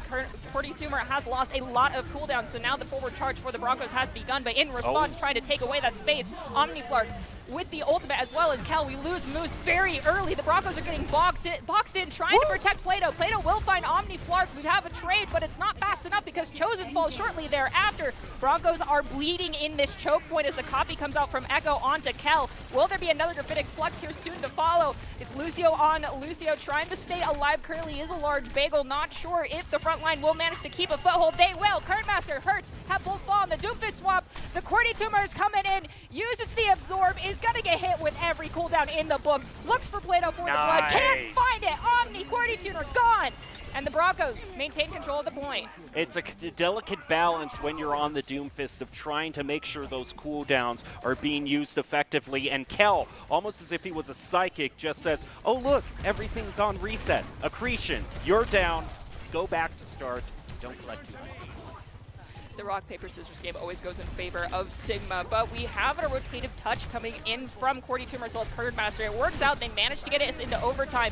We are looking at some ults for Boise State. Chosen will use the amplification. Major speed is soon to follow. Cordy Tumor has been eliminated. Barracks is going to fall. Kernmaster thereafter. It is just 2 DPS left standing. 1, none, and the Broncos 99-64 will take Night Market. Woo! Boise State picks up the first map in control. They're one away from getting the first official point on the best-of-5 match. UNLV being the team that's come the closest to unseating the Broncos throughout this season, but the Broncos had an undefeated record in the regular season, looking to cap it off with a championship win. But what do you think, the time that UNLV was able to push on to the point, using the Kitsune Rush pop by Varix, what was the key factor that allowed the Rebels to get the toehold in that situation? Honestly, I really think it was just Cordy Tumor actually having cooldowns. Because when the DPS for UNLV are not taking an angle and forcing Boise State to apply pressure at different positions, Cordy Tumor is forced to take a lot of damage. We see Fortify come out, Spearspin come out too soon. Not even sure if we saw like an actual Javelin land, but nonetheless, your tank blows up in those situations. But unfortunately, it's Kernmaster to blow up first, and then Moose shortly thereafter. We've traded 1 for 1, but losing your Lucio early, UNLV, you are already in hot water, and your horse is getting sent off to pasture very soon. Moose, the first one picked off in that fight. We saw a bit of Junkrat highlights from him in his highlight package. Maybe he can give us one more. All the damage being placed onto Omniflark. Plato just deleting him from the playfield as the control point unlocks. Boise State moving on to get the first point. They have spent their immortality field to keep Plato alive. Now the team comes in off reset, and that's a great play by Kel onto the back line. Kern is down and out for the count. Now can they take out Barracks? They're going to get hurt first as Boise State is up 2 people. Now placing all the damage they can onto the tank. Wordy will fall, and Boise State wins this team fight and the point. Trying to chase down the Kiriko. Kiriko will fall. They're going to pick up a couple extra staggers as Lucio Kernmaster trying to hang on for dear life, but should have just ran back into spawn or gone off the ledge. With that being said, Broncos now are set up to hold this corridor. Of course, they'll likely back up a little bit because we are playing Sigma. You don't want to face tank against the Orisa. We do have Terra Surge online, and Bagel, unfortunately, is not close to that beat. Comparison to that 85%, theoretically, we might see it. Kel, though, coming up on this Graphitic Flux. Kernmaster, after dying twice before everybody else, is nowhere in sight on that beat. Boise State forced back onto the point, not wanting to overextend themselves, but the damage going on to Birdie almost through all the armor. Kitsune rush spent. It took it back for them the last time. Boise State uses the Amp Matrix in response. Hertz throws out a pulse bomb to take out the Immortality Fail. Kel is going to bring Gravitic out, and there isn't a beat to counter it, but Hertz is doing damage into Boise State's backline. It's taken out Chosen. The main healing's gone for the Broncos. Moose just holding on by a thread, and he will bite the dust as Hertz just goes tearing on through, getting the point back for the Rebels. Fago goes for the hero play, trying to slide through the point and maybe keep it alive. Unfortunately, could not. Now we're transitioning in favor of control for the UNLV squad. 10% in counting. Orisa pushing forward is already forced to use Spear Spin. Not a very good sign. Kernmaster does have beat online. Omniflar will have this overclock as well. But Moose, with these dragons in conjunction with Plato's aerial strike, theoretically we could see multiple players being eliminated here very fast. Fago will have the beat to follow up, but we lose Hertz early for UNLV. That is the go button if you are the Broncos. Beat to be aggressive as we have a duel happening. Our Baptiste trying to split his attention between two players. The Sojourn Omniflorp on the flank gets eliminated by Chosen. Cordy Tumor also falls. It is just Varix left standing. Varix Kernmaster getting a smack to the face, and Varix as they return to their spawn. I was so distracted on the dance, on the peeking game that Moose was playing. Is he going to land the arrow? That it's just Chosen coming in off camera, landing the shots. But hey, that's what Bap can do. He can put out a lot of damage, become a DPS in his own right. And with someone like Chosen, you can definitely expect that. Fight coming out now. Suzu was already forced. Cordy Tumor used Spear Spin, Fortify, so has no choice but to back up. Varix looking to use this Kitsune Rush through the doorway yet again just to gain space, but unfortunately that just means Broncos, they hit the S key. Cordy Tumor getting dangerously low again. Has to rely on Kernmaster to get those heals up using that amp. We see the Kitsune Rush, but the Broncos, they hit the S key. They walk away. There's no need. This is what their comp thrives at, is disengaging and re-engaging. Cordy Tumor falls. Amp Matrix is out. Plato is looking for targets. Bloodthirsty finds the Tracer. Will he find another? Well, Moose found Cordy Tumor. Kel will find Varix. There is just Omniflark and Kernmaster left standing. Cordy Tumor's going to come in on the Doomfist. There is no way that's going to work out. We saw how it went earlier, and I believe that is 99 to 40% as Plato is emoting on the point and gets stunned into the wall. That was unfortunate, but you managed to live, my good friend. Cordy Tumor, the hero play doesn't work out. We are still goofing off on the point. Tracer comes in, uses the recall. Lucio goes for the boot on Chosen. Somehow, magically, Cal is managing to maintain everyone on this point as everybody else is thinking the game is over, but it is not. We hit the beat again, and finally, Broncos walk away with a 100% to 0 on Control Center. 1 down, 2 to go, and then the Broncos will have another Mountain West trophy, just like the one we have up here on the desk. But you don't want to count the Rebels out. Cordy Tumor is going to prove that by getting play of the game. The main push that started the Rebels' first toehold and the javelins. It's the main thing I always look out for on the Orisa. How often are they landing the javelins, and how far are they managing to hit them? Because some Orisas are just scary in the way that they snipe with that javelin. How many different CC/stun abilities were dropped on the Broncos in the last literal 1% of the point there? Well, they lost their line of focus for a bit. Definitely a Doomfist punch. Great Lucio boop. I think a Tracer almost one-clipped somebody. Always nice seeing little things that get to nerdy throughout the match. But now the Broncos are going to be moving on to hybrid with UNLV getting that all-important map choice, although we usually know what it's going to go down to. I don't think it's Kings. I don't think it's Kings. Okay, reasons. I think it's Eichenwald. I got to say, yeah, Eichenwald, the Broncos played that, I think, actually just this last week as well. That was brought out for a Mountain West Overwatch match. So it's not necessarily out of the picture, and the Broncos, they did win that one as well. Nope. Standard stuff, Kings Row. But hey, it's the championship. Everyone has played this stage. There really is no excuse for not being experienced or the other team having some sort of sneaky strategy. It is you and the other team down to pure skill and technical ability. Let's see, does anyone end up going off the edge of the map in the Omnic facility once again for UNLV? This time it won't be a Diva and a Wrecking Ball, but one tank, maybe a DPS, maybe a support, who knows? Either way, that's going to be the Bronco squad starting out on defense because UNLV gets to pick the map. Of course, we go to Kings Row. As Jacob mentioned, it's history. We always end up here no matter how many times we request something else. Now we jump on in. Broncos didn't pick this stage, but they had a choice of what side they want to go first, and they have very much throughout the regular season in the Mountain West, gotten complete holds on Kings Row, set themselves up for only a hop, skip, and a jump to win it. Question is, though, that's a long time to hold a point so far away from your spawn. You gotta be firing on all cylinders, and I think UNLV, from what we saw on Lijiang, they're still winning team fights here and there, and only one team fight won to take the payload. I think we're gonna see a long, drawn-out Kings Row fight here. Especially if the Broncos goof up again, so I'm watching. And yes, we'll have the Broncos rolling out on borderline identical comp, but the difference is Moose is on this Widowmaker and Plato is going to be on the Sojourn instead. We have Genji as well as the Doomfist swap coming out for UNLV, but everything else, the tried and true heroes that we typically see these players on.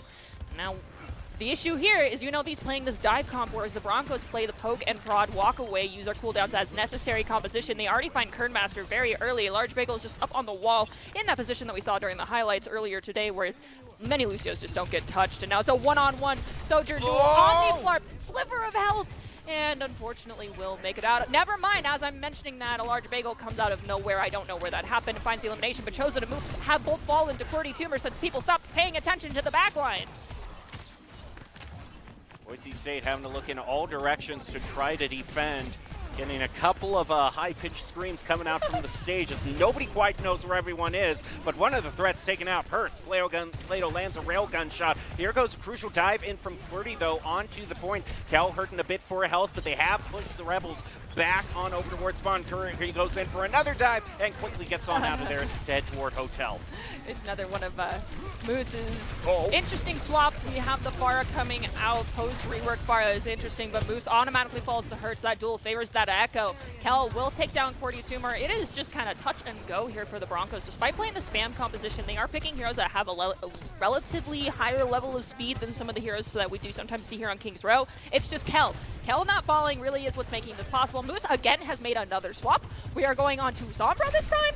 Bro has yet to pick a hero and actually get a ultimate on that hero. I guess something just is not fitting quite yet, but an ult that is online is going to be this Graphitic Flux. Might be used in response to the Kitsune Rush. It will. Is there going to be a window on the Impact landing to help clean everything up? We have Beat as well as Amplification Matrix. There is the Matrix. There is the Beat as well. Qwerty Tumor will go into the sky. Kernmaster will fall to the ground in that moment. A Large Bagel joining his teams in the spawn room thanks to Omniflarp. UNLV just their tank left and is getting pummeled and heading back to Boise State spawn.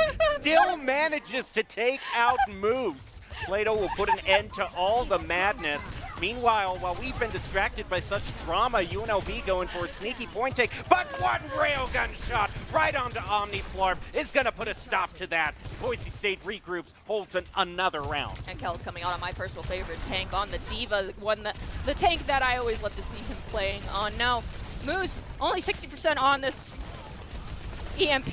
Could theoretically see it be huge, but we're going to have Omniflarp hit the overclock. Disengagement from the Broncos is imminent. The copy comes out onto Diva. Theoretically speaking, we could see a self-destruct followed up by a self-destruct from Kel. A Large Bagel, unfortunately, will fall shortly thereafter. Hurts is almost out of this copy. Chosen will fall. I think the Broncos, unfortunately, are not going to get this point back. We see the zoning Diva ult coming out from Hurts, and we have Qwerty Tumor, Kel battling out on the high ground. The hack comes in on the backline onto Varric, who was not ready. Varric falls. Moose gets out alive. Kel, unfortunately, will go down to that disruption sphere. A Large Bagel finds Hurt shortly thereafter. Omniflarp is still currently hacked, but has not been fully eliminated. It's just Bagel trying to get touches on point and find these eliminations with the rest of the squad. Omniflarp finally falls, and we do hear another hack go off. Chosen is looking for another target in conjunction with Moose. Qwerty Tumor will fall, and I think that's a full disengage for UNLV. They only have 26 seconds and change to try and get a foothold here, and the only thing they'll have is Beat and Meteor Strike.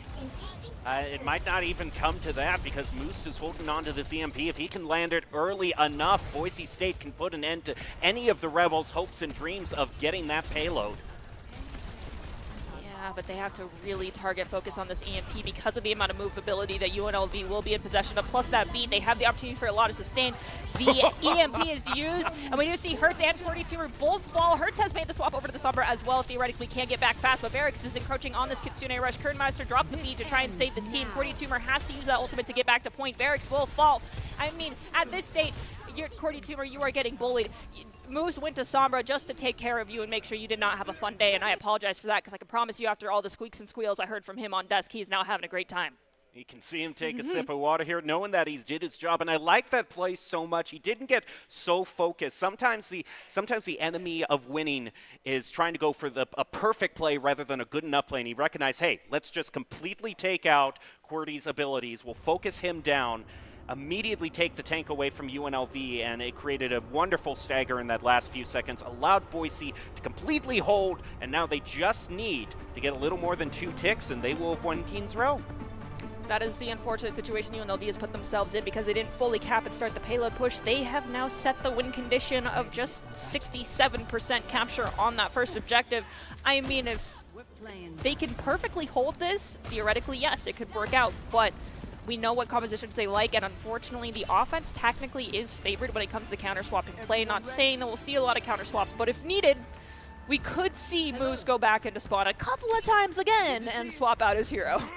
We often do see a couple early picks on attacks. Sometimes they go up Widow, high ground, see if they can get someone. And if they miss the first shot, or even if they get the first shot, it's a quick swap after. Now, we saw UNLV going for a very dive-heavy composition. We saw hovering over the Winston there, so I thought Boise State might be going for the same thing, but they are going to be going with Zarya to start things out. Moose is just going to peek out of the top window, see if he can find anything early on. Plato is on Ash. That dynamite ability is huge. It can force out Varix' Suzu and make their team very squishy. Kel was trying to rotate into the hotel, got punched out instead. Varix is going to have to heal up hiding around a corner as Moose is now on that high ground, locking down a massive corner. Oh, QWERTY Tuber gets dangerously low. Is going to be able to back off with help of Kernmaster, but Kernmaster in conjunction also gets very low, so we're starting to corral this squad over by the archway. Broncos able to push up and gain space slowly. Boise State having a world of time to use right now, although Moose is hurting a bit on health. Merrick's down to half as well. Plato lands a shot against Kern. It's traded back, however. Boise State loses the DPS. Rebels lose 2 supports now. No healing whatsoever for the rest of the team. And QWERTY is really starting to hurt on health as Chosen getting right in the face of Omniflorp, landing the melee. He wants to go out with a bang. Thank you for pointing that out, because I hadn't even noticed that a large bagel was playing Baptiste. That might be why we're not seeing as much happening from our support backline as we normally do, or why many people have already died for the Broncos at this point. Finally, they're getting a little bit more on the capture point objective. And actually, Jacob, I was wrong. I thought it was 67%. They almost have to full cap this point still. They're at 70.5, almost there, but QWERTY Tuber's trying to come in and make some space. Gets eliminated by Widowmaker. It's Joey, and then Varix will respond with the Kitsune Rush. Kel will fall. I don't think the Broncos are going to be able to sustain. No, they will. They're distracting everybody. That's the main thing, is they're taking all these fights and keeping ULV completely separated for the point.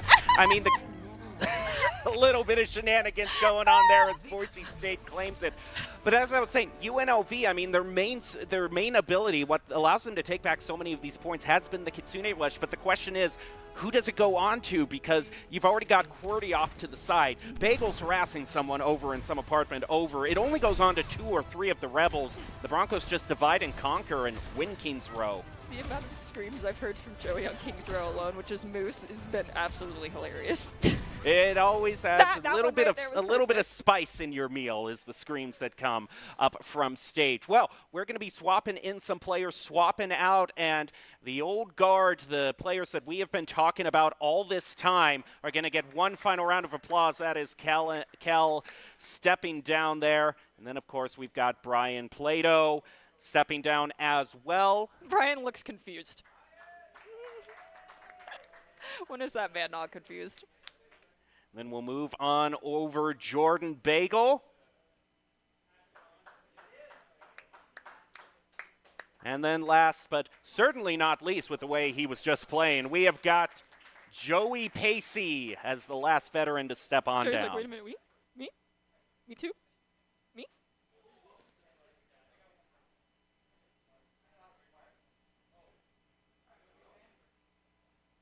And they will get some well-deserved time to talk with family, have some cake here that we have on out. That'll be nice. Just festivities all around. Chance to talk, socialize, and watch the rest of their teammates take this home, because there is only 1 round left on Flashpoint. That almost certainly means Servasta and Boise State has just been running the table on Servasta in the Mountain West regular season. Okay. If UNLV knows that, though, they could theoretically go New Junk City. There is 2 Flashpoint maps, even though we kind of just act like New Junk doesn't exist, let's be honest. But, I mean, they could decide to go with that map. I don't know if they want to. I think they do prefer the natural cover provided by Servasa as well. Or we could just have an agreement and act like Flashpoint doesn't exist. It's a championship game. I doubt we're going to be able to have that. We're just going to have to, although I will say, the last few weeks in terms of complete shutouts have been at least kind of nice for me as a little bit of variety in caster, because we have seen some push maps in the past few weeks come out as well. So a little bit of spice, throw in both those things out of there. But for the championship, you don't want to mess around. I think the Broncos are going to want to cap it right here, right now. And if it is Servasta, then I think there's always just such a huge focus on the first Flashpoint market. If you're able to get that control, your ability to rotate to the next Flashpoint quickly. I mean, Boise State already has a play style of like, let's hold them at the first point of Kings Row. Let's just put ourselves in the driver's seat, make our goal easier for the rest of the match. I think you're going to see the Broncos explode onto the first point. I have seen other things happening. Keep in mind that Jacob gets to cast these guys on the home turf, whereas I get to see the silliness when Doc isn't always in the call. And I say that because the other tournaments I've seen these goofballs in, where I know Doc is busy with one of the other squads, I have to jokingly say, as a form of a coping mechanism, the first 2 points don't exist, or they don't matter, because sometimes they fumble the bag a little bit on point 1, point 2, get really close on point 3, and then they bring it back for 3, 4, and 5. So we could be in for a long map or a real quick 3-0 on Flashpoint. Whether or not it's on New Junk City or Servasa, I don't know. Well, I don't think they can have an excuse that Doc's not watching. He's still on the stage standing right behind them. In this instance, yes, Doc is here. But, you know, you practice how you play how you practice. Wait a minute. Okay, yes, we're going to Servasa. Yeah, we get the confirmation it's Servasa. For a second, I thought, I was like, wait, are we going to Oasis? I got uber confused for a moment. Yeah, if I remember actually thinking for the whole Mountain West season, I have not seen Oasis once. Is that a good thing or a bad thing? You know, I got to see Busan a lot more throughout the Mountain West, and I really like Busan. So I'm going to say if it's to trade for a map I like seeing more, I'm going to say that was a good thing. I'd be in the same boat. I really like Busan, but I'm biased because I'm a Diva player. I also like K-pop. It's a great setting, but I just love the uniqueness of each of the stages, especially mech base. That's always. I mean, we were watching some of the highlights. That's where Kel picked up his 4K death loss. Truly. So a lot of fun memories there. But we're not there. We're here at Servasta, and we are going to be getting down to the first Flashpoint market and then seeing which one unlocks next. Between the two, I do prefer Servasa over New Junk because New Junk is all sepia toned, and I'm not here for that. Now, best of luck. The old guard has handed over the torches, the mantle, if you want to call it that, to the next generation of the Boise State Broncos. Some of them have been here long with us. Some of them, this is their first official season and their first opportunity to bring home a Mountain West Championship title and get that ring that they so much so deserve. And it looks as though we're going with Ramatra. It's a pseudo Ramrush comp. We've got Matt Merck with the off-angle ability in conjunction with Daydream, and then Lyric can just amp speed with the Ramatra Nemesis form, but unfortunately we lose Daydream early. Irresponsible takedown hurts. It's clear one of our strongest take currently in the front lines. He's going to be able to survive A-OK without the Baptiste. I mean, you go into the Nemesis form, you get some extra health in that instance. Omniflower gets dangerously low, is forced to back off, and Bastion's kind of hunched over, begging and crying for the supports to come back online because Matt Merck is almost getting eliminated. Will the supports be there in time to save him? I don't know. Chosen is forced to go into Cryo Freeze. Clear is already forced to use that Nemesis form and put the arms up in the air and beg and cry for help. The Immortality Field comes out late, and unfortunately Chosen falls, Clear falls, but I mean, you're at 30% counting on that objective capture at this point. Traditionally, when we see these sort of brawl compositions relying on the Mei wall to split someone up, we've traditionally seen the Reinhardt because he always has his hammer there to swing. Now, pummel the Nemesis form Clear, that can still put out a lot of damage, but it's not always there for you. You do have to take into account the cooldown on that ability to go in and out of Nemesis form. So it requires a little bit more coordination, but can still have an amazing payoff. Not to mention that it is very reliant on Clear and Lyric being on the same wavelength, quite literally speaking, because you need that Nemesis form coming online with the amp speed, and it needs to happen when the Mei has already forced multiple cooldowns and possible wall has come out. We're going to go into Bastion form early. The wheels are up and they go down as Chosen will fall. That is one Bronco eliminated. We lose the Immortality field as well. Lyric is gone. The Broncos have down 2 players, 3 players now, and we're at 68%, 70% capping for UNLV right now, and Cordy Toomer is going into the back line, eviscerating our poor Bastion, sending him back to the spawn room. Point 1, looking like it's going over to UNLV. Bastion as a DPS, such a huge target to deal with, is just asking for all of those javelins to be thrown right onto him, and UNLV taking the first flashpoint, and maybe you were right, Artie, in your predictions. Maybe the first 2 flashpoints are actually not going to exist after all. We'll just have to see. Well, as we look at the ultimates that are online, we've got Copy, Kitsune Rush, Terra Surge, and B, all for UNLV. Boise State has everything. Omniflarp did use that overclock, which secured the point for them on the first objective. But here, theoretically, if Daydream can get a well-placed amplification matrix, allow Matt Merck to swing with it, and then we go in with Pummel as well as Nemesis Form with amp speed. We don't need anything else, but instead we're going to use the Mei ultimate, that Blizzard online first.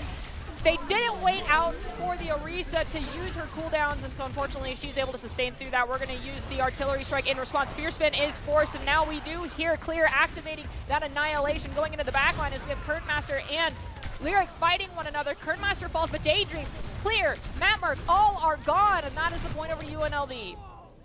Shout out to Daydream, though, for being the one to realize that the fight was over and we didn't need to spend too many more ultimates. You kind of wish that Clear had his for this next fight. It was just so much resources to spend to not take it back from the Rebels. We're going into what could theoretically be a full drive fight. If this window is perfect, it can lock down a lot, but all that has to happen here is because of the location, the Broncos are forced to go into the point, and that means UNLV can surround them. They will manage to force out Varix back into their spawn room. Our Lucio's getting poked out by Hurt, so Lyric will fall, and Chosen has swapped over to the Cassidy. I like me some cowboy play as long as you can land the Hinder Grenade on the right players. With Lyric down, we should be okay, though, considering Matt Merck can give a TP to someone if needed, but Orisa in the Fortify, as well as the copy from Echo, is now engaging onto Clear, who's forced out Nemesis form. We lose Matt Merck. Clear is throwing punches left and right, trying to get healed up from his team. We see the immo field go up and then immediately fall. Kernmaster goes down to Chosen, so we have some semblance of pressure here to prevent everyone from just walking up towards our spawn, but it looks more like it's going to be a stagger as Daydream falls and Chosen thereafter. UNLV now just one team fight away from claiming the second flashpoint, and a nasty stagger placed onto the Broncos as well. They don't really have the luxury of too many ultimates that they can count on, especially with those swaps chosen. We might see a Deadeye. That's a lot to ask from that particular ultimate now. And Boise State will just let that one go aside. And that's 2 for the Rebels. We've got the Sigma swap from Clear to try and help a little bit more to prevent Hertz from being able to do whatever Hertz wants. Same with Omniflarp. Cordy Toomer does have this Terra Surge online. The only thing that we're relying on to keep us alive is the amp speed from Lyric in conjunction with the Suzu coming out from Daydream, which just very paramount that those two abilities do not get forced out at the same time, but the overclock is what's looking to do that, to allow Cordy Toomer to engage and get these eliminations. Now, we've also seen UNLV wait patiently, which they can do in this instance, for Varix to get this Kitsune Rush online. They can lock down this entire side corridor if they so choose, or rush it down the middle of the point, but if they take down this entire area, the Broncos are forced into a bad position. They're going to do it. We hear the overclock. There's the Spear Spin just to gain this angle, most likely going to swing with the Kitsune Rush here momentarily, and we lose Varix, so there is no Kitsune Rush. Now is the opportunity for the Broncos to go on the counter attack as Clear and Matt Merck both find one, but Matt Merck will fall to Cordy Toomer. There's still a few Rebels left, however, hanging out on the high ground. Will they be able to get the save? They sure do. Lyric with a huge pick right onto Omniflarp. Boise State will take Palace for themselves. Now they have the flashpoint, that Deadeye, and a whole lot of other ultimates coming online very soon. I don't foresee Chosen really trying to use this Deadeye to get eliminations more, either lock down space, get information, or survive, or, you know, live through an ult, or reload. That is the nature of Deadeye. I know Fish used to hate it. It's still not a great ultimate. But this Terra Surge so far for Cordy Tumor has been a fabulous one. Let's see. There's the Kitsune Rush typically paired with the Terra Surge. Goes into the backline. Spears Lyric. There's the Deadeye trying to force people off the map. The Orisa is undeterred. Just uses Spear Spin. Will manage to stay alive. But Matt Merck has fallen. The Broncos are down 1 DPS. They still have ult online. Have not pressed them. There is the Terra Surge. Lyric will use the beat in response, still hanging on to this Graphitic Flux as well as the Kitsune Rush. There's the Flux, but the Fortify was currently in use, so Cordy Tumor does not go up nor go down. They just stay alive on this point. And there's the Kitsune Rush from Daydream. At this point, Broncos, 84% of this point is capped in their favor. Question is, Gurn solo on health, and he is taken out. Broncos have driven this all the way up to 95%, but Cordy has been such a steadfast figured. Madwork just holds down left click, and with the help of nearly everybody on the team, Cordy finally falls. Boise State has their first flashpoint. 2 to go. What did I say? The first two don't exist. Artie, you rascal, you just... They don't exist! I've had my emotions toyed enough with by Overwatch players at this point. I know to just ignore the first 2 points. Oh, Hurts coming online with this Pulse Bomb. This could be deadly. Chosen, if he's the target, can live just using the roll, the tactical roll. But if it's not Chosen, it's going to force out the Suzu. And then that is a situation where Varix is most likely to follow up with the Kitsune Rush or even Omni Flare with the Overclock. And we can see a lot of the Broncos fall. However, Mapmark, you have the Photon Barrier online, which can be a huge saving grace for your team. It's just a matter of being patient when you hit that Q button. I know you can do it, though, because you're a very gifted Overwatch player. Oh, and they're just focusing down Cordy, taking him out with the Symmetra. Chosen also picks up Varix. Omniflar follows soon afterwards, and another fight won for the Broncos. And Photon Barrier spent. That's the only ultimate they used. It's coming up very soon. I'm getting a little bit scared because Omniflarp still has this overclock. If Clear lifts at the wrong time, we could give an overclock the biggest angle on our squad we have ever seen. Now, am I saying Clear is going to do that? No, but Varix most likely going to help their team engage with the Kitsune Rush. We've seen both the bubbles from the Zarya expelled. The Broncos are just biding their time. There is the Overclock and Kitsune Rush in conjunction with one another. There's the Graphitic Flux that I mentioned could give Omniflar the angle if they need to find an elimination. They will not, but the beat is coming online a little late for UNLV, but it's not going to be able to save Omniflar when Clear's throwing a rock straight in their face, but Clear's looking like he might go into the drink. The Lucio tries to get the boot, cannot find it. Master's riding to freedom. The Suzu's been forced out. Hertz is gone. 99, 0% in favor of UNLV. They are chasing down the Rebels towards their spawn. That's point 2. We are down to the final objective of Servasa to decide, do the Broncos 3-0 sweep, kind of, there's an asterisk there, the Mountain West Championship, or do we go on to a new map? Boise State, most that they have to contest with possibly for this last flashpoint is going to be the Graviton Surge coming online. They don't have a beat to get them the extra health, but you do have all the protection that Daydream can give you. I just hope it's not the time, now is not the time to see a Suzu boo-boo.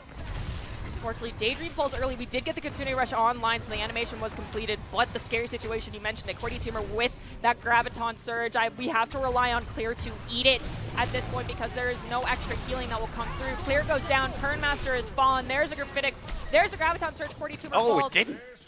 I mean, it's a bloodbath on the point because this is winner take all, but the ground unfortunately didn't work out. We have Cordy Tumor swapping over to the Doomfist, the Photon Barrier to try and stay alive. It's a 2-on-1, but it's a 3-on-1, and somehow Matt Mert comes in as the spearhead for the Broncos, allowing Chosen to play cleanup crew right behind, picking up 2 with the clean headshots. We still have this Deadeye online, and Clear will have this Graphitic Flux. If we could see, you know, someone get turned into a pinata for Clear, that'd be pretty, well, for Chosen in this instance with the Graphitic Flux, it'd be pretty cool, just saying. Well, also, I gotta say, throughout the Mountain West season, you haven't been here for all the games, Artie, but I've been surprised multiple times with the Deadeyes Boise State has used. I'm just saying, don't count it out. Well, unfortunately, my dream of seeing the Gravitic Flex and Deadeye combo is not going to come to fruition just yet, as Clear is the first one to be eliminated for the Boise State gang. We're trying to use the teleporter from Symmetra to just fake out the rotations from UNLV and get those cooldowns, but Chosen is gone. There goes both of our ultimates that were online. Clear might make it back in time, but even with the turrets, the UNLV squad will manage to get a foothold here. They are at 10% in counting. Lyric and Daydream just decide to reset themselves with the rest of the team. Makes sense. Don't get yourself staggered, especially into a team that is as blitz heavy as the UNLV dive composition currently is. But the ult's online.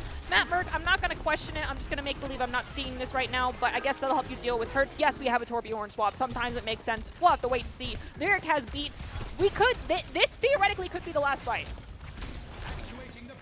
Throws the shield out, hanging on all the ultimates. Daydream also charging up very fast, getting close. That's Kitsune Rush. The Rebels use their first. It's answered back by the Gravitic. Standard response to that is the beat that does come out, but from both teams, whole bunch of health being thrown onto the field. Omniflarp does have their overclock as Chosen has their Deadeye. Off to the side we go. Purdy so low on health, but they can't land the final few shots. Daydream was also hanging on by a thread, and now they have built up their Kitsune Rush. Boise State has a chance for a second win as Kernmaster's taken out by Chosen. Boise State goes charging in, trying to split up the team, but Varix with those knives landing the shot against Daydream. Omniflarp gets the melee. He gets taken out by Clear. This is long and drawn out, but Boise State is holding on gradually, and Clear with the double gets the final elimination the Broncos need to maintain control. Hopefully Lyric is able to taxi the rest of the team back to this point because of the amount of speed that UNLV has right now. They are in a tough situation being this far forward. Clear can manage to sustain because it was just Doomfist being pushing forward. Now, Malmark has the Molten Core online. We also have this Kitsune Rush as well as Deadeye. Almost another Gravitic Flux online. It's this Pulse Bomb that might be a little bit hard to deal with from UNLV if we end up losing our Suzu too early. Right now, it looks as though Lyric's trying to be the hero, but UNLV will fail to touch the objective. Not how I thought this match would end, but nonetheless, congratulations, Boise State, on taking home another Mountain West Championship title. Nicely done, and Carry Master, enjoy this play of the game. Also, Wingbat, I know you aren't playing today, but enjoy your graduation as well. Congratulations, you've made it to the opportunity to grab your diploma and say, I did it, to the entire world. Especially after all the veteran players kind of step down and the newer players come up. You want to assure everyone that we're in good hands going forward, and we have gotten a great win against UNLV to prove that. That means Boise State, for the 4th year in a row, takes the Mountain West Conference Championship and gets the overall lead against UNLV 4-3. And there's another shiny trophy coming our way, just like the one we have right here. Most definitely. Congratulations to all of our Broncos squad. You guys did great. It's been fabulous to be here as part of your journey. We'll miss you. We love you. And good luck on your next adventure. Well, that's going to do it for our Overwatch match, but we have one more game to go. We've got Valorant coming up very soon, so we'll take a look at the top 5 plays of the game for this, brought to you by the Idaho Army National Guard, inviting you to take your impressive critical thinking skills into real time. They have a variety of jobs which offer a $20,000 bonus and your degree of choice paid for. You can live here, work here, and serve here with the Idaho Army National Guard. Reach out to them on Instagram at iGuardIdaho. We'll be back with Valorant in a sec. Congrats on your championship win, the Broncos. Here's your top 5 plays.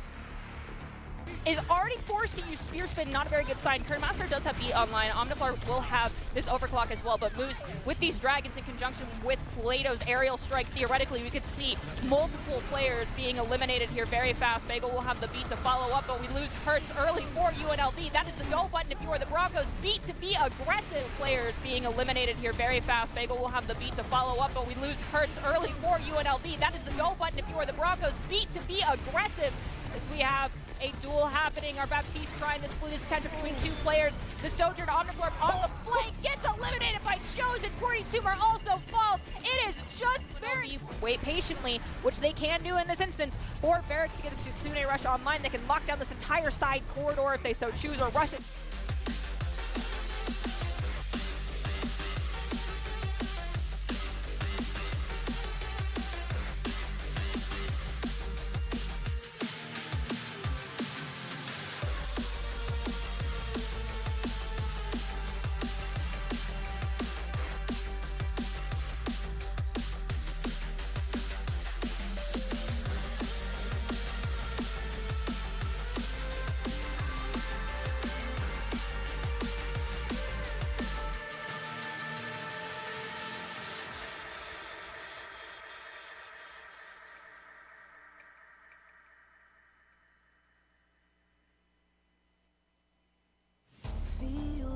thunder, shake the open ground. Won't give in, I'm fighting for the crown. Heavy clouds are way above my head, like all of my regrets and things I never said. Now got a feeling, shiver in my bones. Something's coming, but nobody knows. Angels rage, they come down from the sky to fix these broken wings and show me how to fly. I burn the sky. I see the fire in your eyes. I come alive, and I feel like I could spread my wings and fly.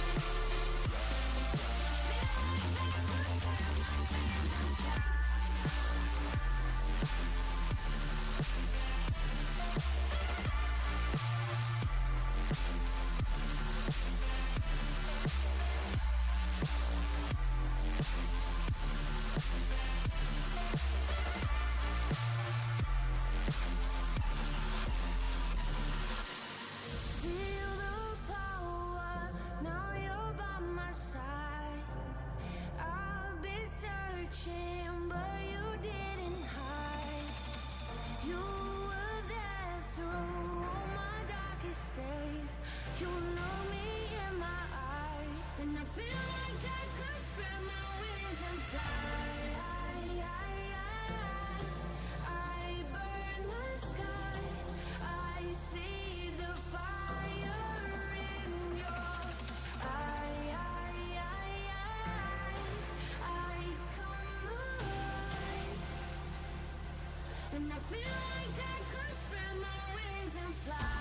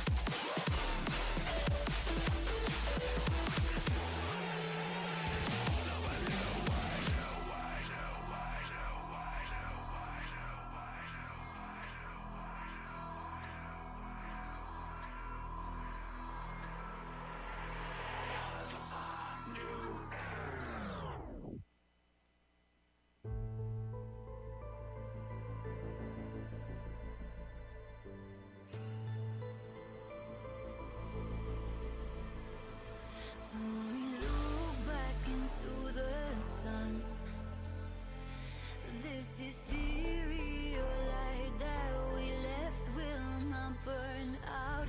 Wild to where we run. In the time that we had, it was worth it to know that this is not the end. It's just a part of the puzzle. The piece found its way to. This is not the end.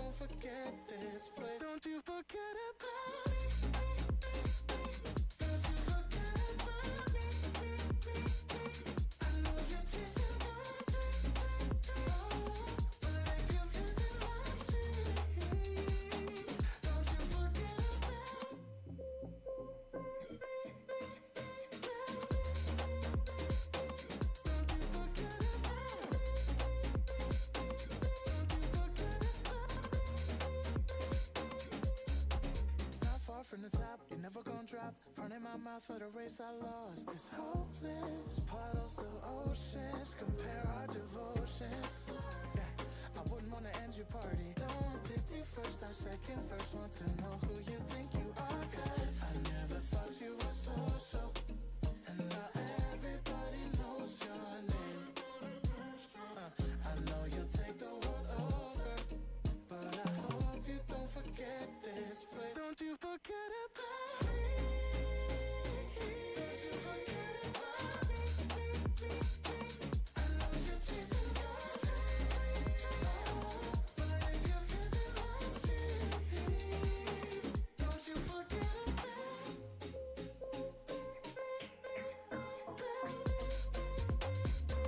Don't you forget it. Don't you forget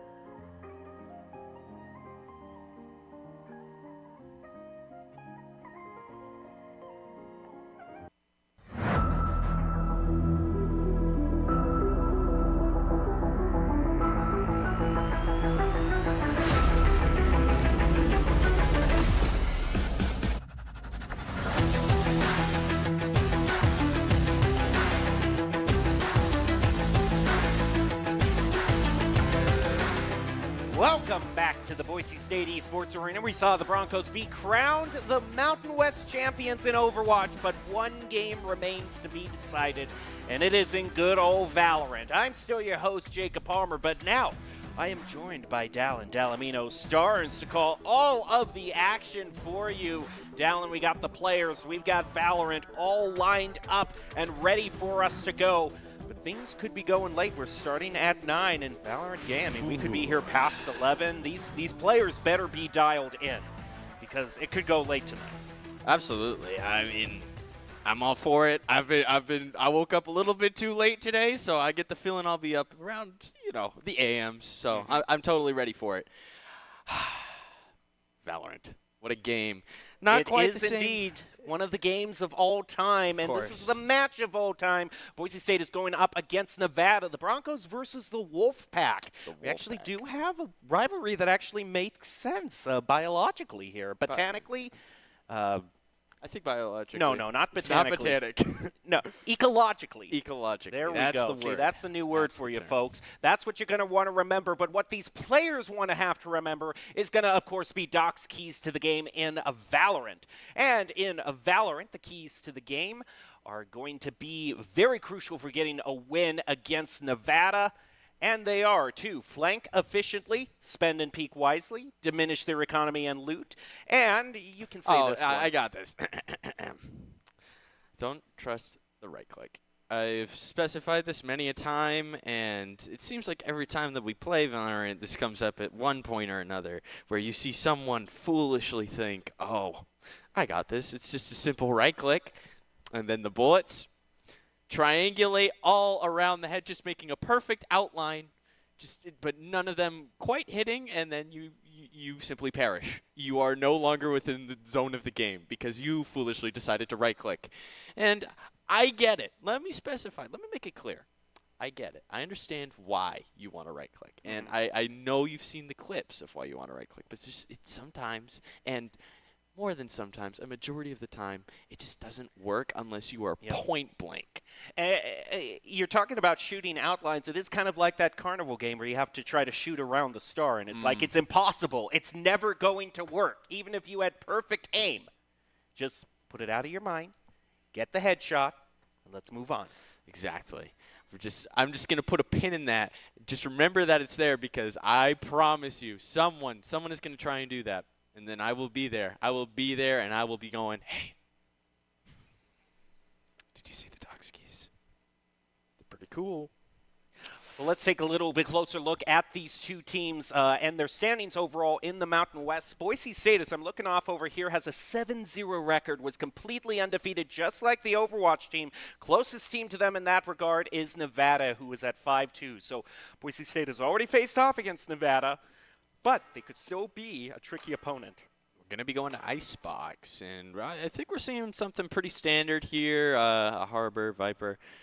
Yeah, all of these pretty pretty standard picks. We might even be getting a little bit of a mirror match here, unless, potentially, maybe a little bit of a maybe a bit of a swap here. I understand why you'd want to go Gecko on Icebox specifically, because that B site, if you're going to try to plant that, you are the sacrificial lamb, and you are 100% expecting to go down as soon as you get that spike planted.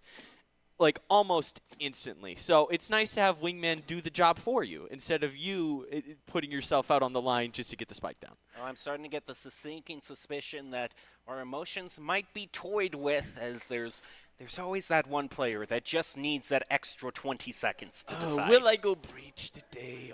Perhaps Gecko, or maybe ISO. Oh! We could see Yoru. He could hover over Yoru. I guarantee you that's going to... I assure you.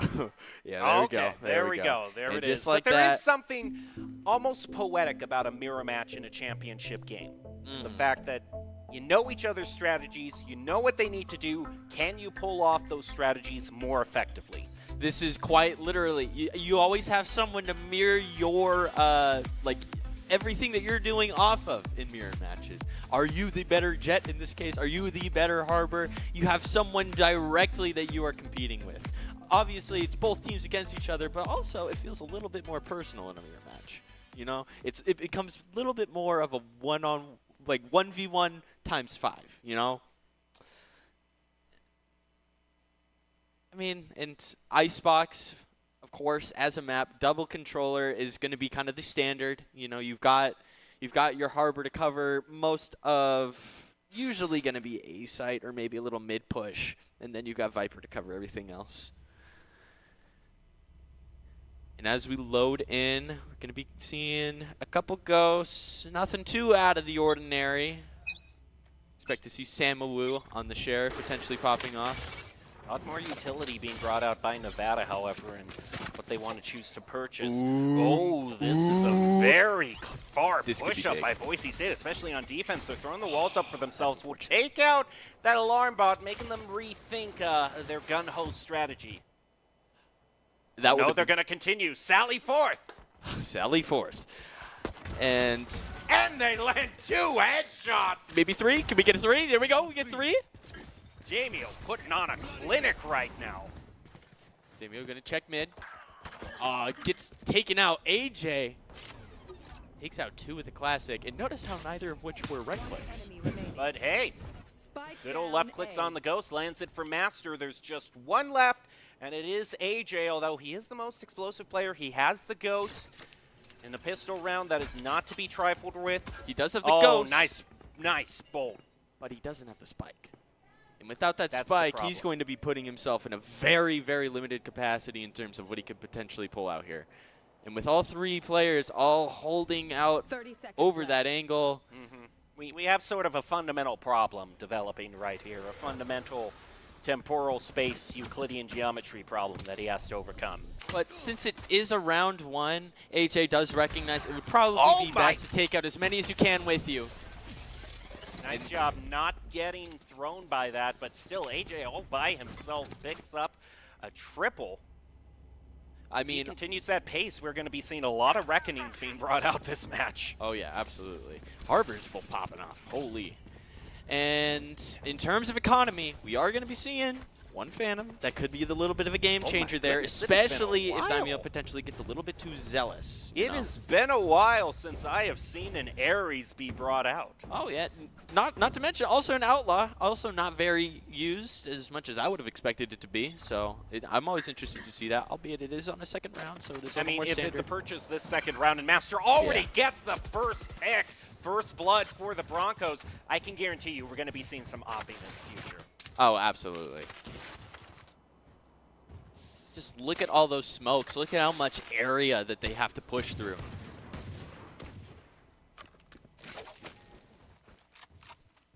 Daimyo going to be trying to hold off B all alone against these 2 players. Able to take 1.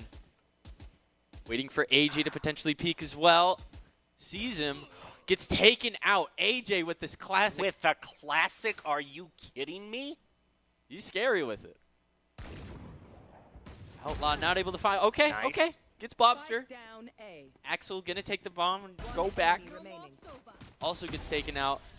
And that is gonna be a very swift round 2. I'm glad they stopped the bleeding right there, because I think that's kind of the max that I would be comfortable losing in a gun advantage round, dropping 2, because it's always going to be about those margins as you go into bonus. 2 of the Broncos are now going to have to purchase up rifles instead of saving for the 3rd round.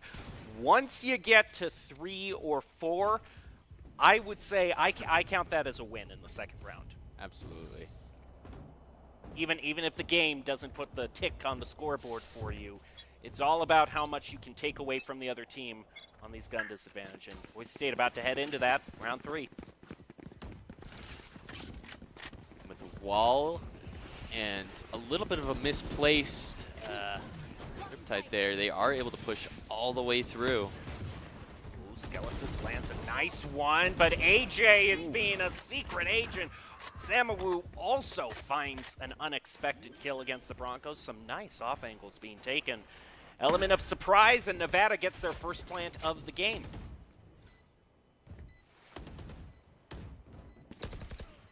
Just gonna hold this angle as tightly as you can. Rairiana is gonna get traded out by Samawu. It's all up to this classic. Samawu, although Master was able to get the classic headshot, unfortunately it's just gonna be a little bit of a gun difference. Especially considering you have an outlaw. I mean, it's possible, but it's not going to be too likely. All right, standard opening. I mean, what did I say? What did I say about Round Master? 4. I mean, the first chance he gets, he goes all in, throws all of his chips into the pot, and says, I'm sniping. Also, we do have both Reckonings available because Daimyo is doing a pretty good job himself. I mean, AJ is throwing out as the leader in the KDA, but Daimyo is keeping up himself. He's gotten a lot of great headshots. Good crosshair placement. With a couple of smokes.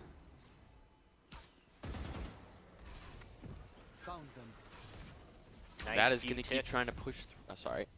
It's a few pings on the dart.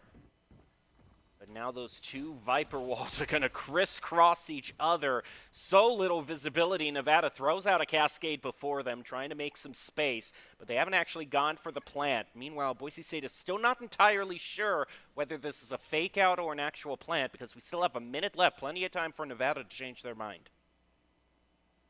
Nevada taking up all the space that they can without actually trying to take a fight.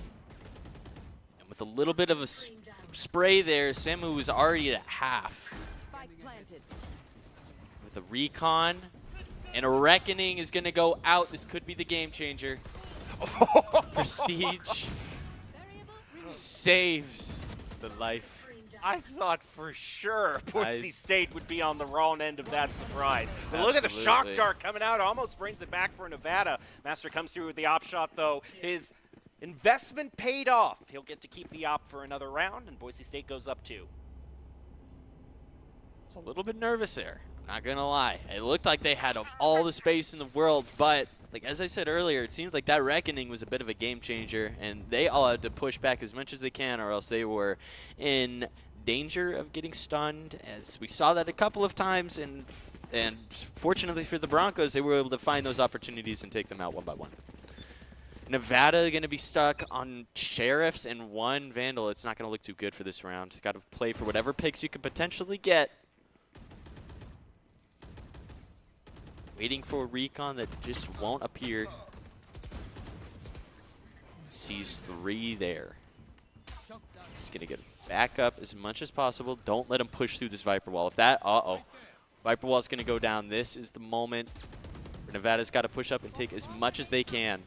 Moment where big-time players make big-time plays like Prestige. Getting the pick on the Sama quickly turns it into a double. Boise State did lose one, but they do have a 1-person advantage over Nevada. As Nevada's trying to move in, get a few peeks around the Radianite crate, they're not going to be able to. Boise State picks up the wallbang, now going after the final one, and a bit of jitteriness on that final spray costs them by losing 1 person. They still win the round, though. But as I say, Margins. It's margins, and in that case, it was a Swifty with multiple sheriffs. I don't think you want to be losing a Vandal in that case. It's every trip you take to Starbucks and pay $7 for coffee. You know, it doesn't seem like a lot, but that adds up over the month. It builds. And then you're hundreds of dollars out.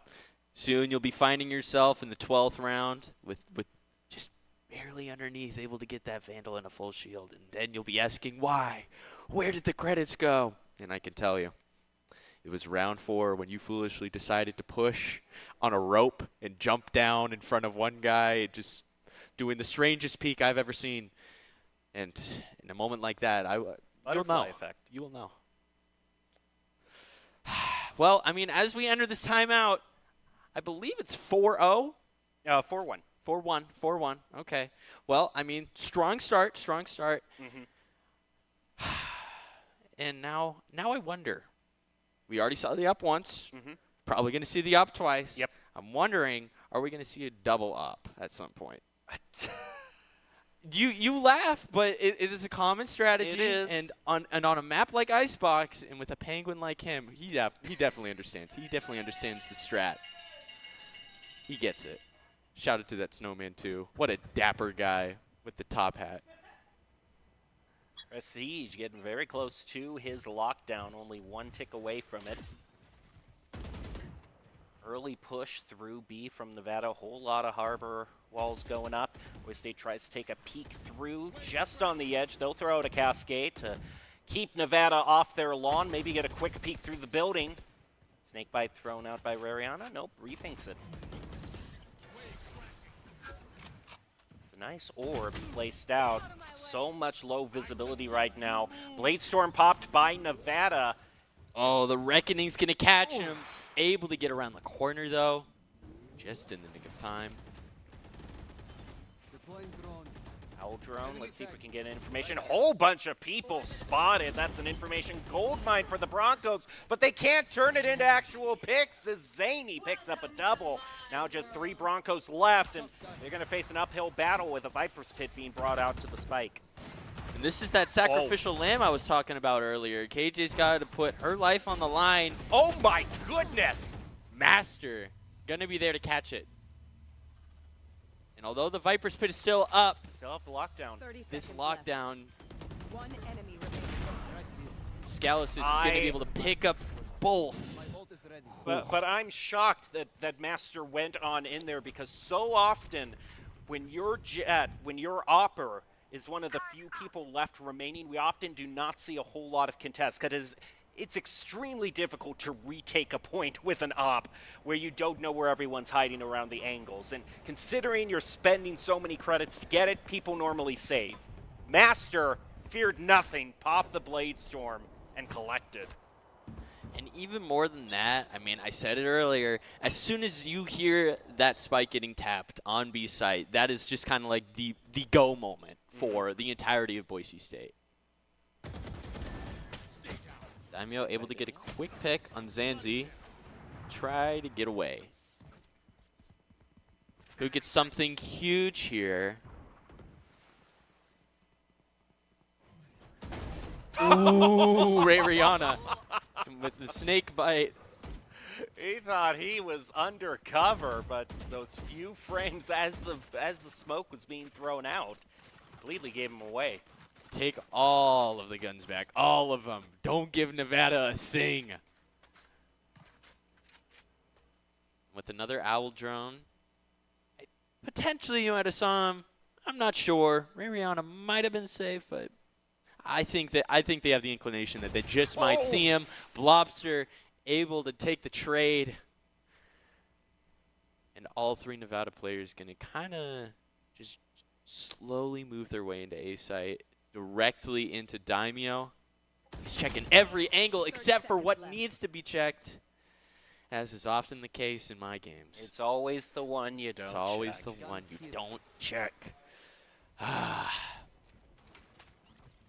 In a 2v3 situation, trying to find the one guy who's going to rotate to this backside is going to be the game changer. Scalus is able to take one, but does get traded, and Blobster is able to take out Master.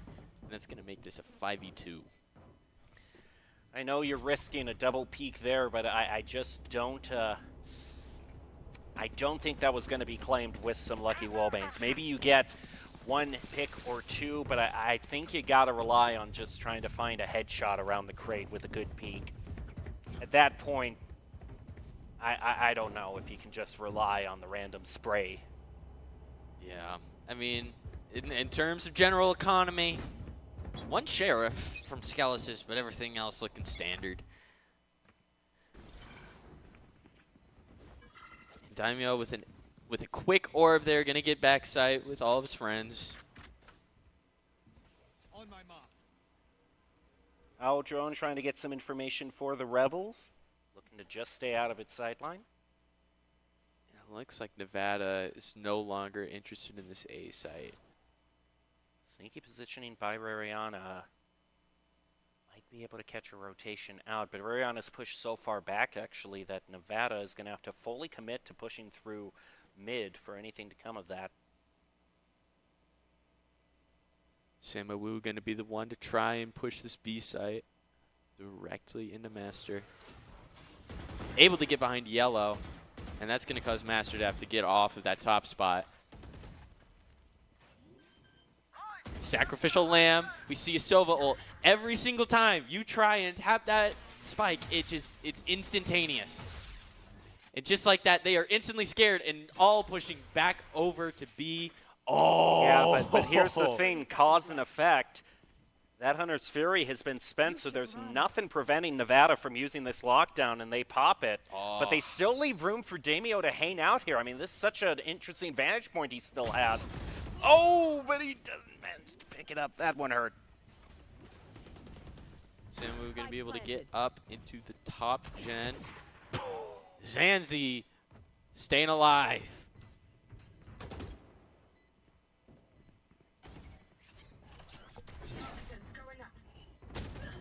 Ooh, but Samu, they don't quite notice until it's a little bit too late.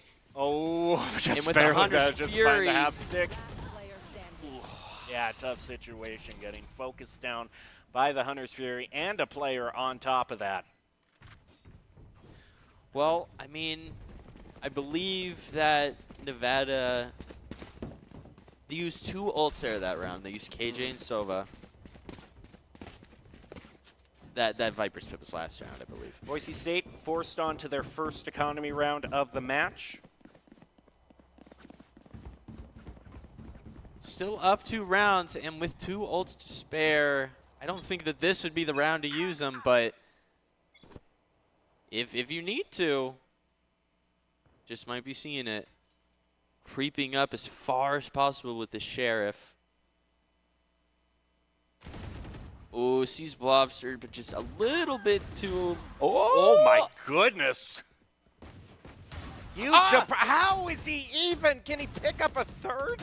Rariana! You are kidding me right now. He almost took out the whole team. There's a 2-on-1 left to decide it all, but somebody check Rariana. He is on fire with those headshots. Axel's got to push all the way up into this B site, but doesn't quite expect Daimyo there. Oh, what a thrifty. What a round from Rariana there. I best be seeing a replay of that because, wow. Rariana with a 3K Sheriff headshot back to back to back. That's absurd. Oh, let's see this again. Oh, okay, this is the last one of the round. Daimyo able to lock in and get this last pick, able to force himself not to go for the knife there. I understand the impulse, but it's not the time. It's not the time.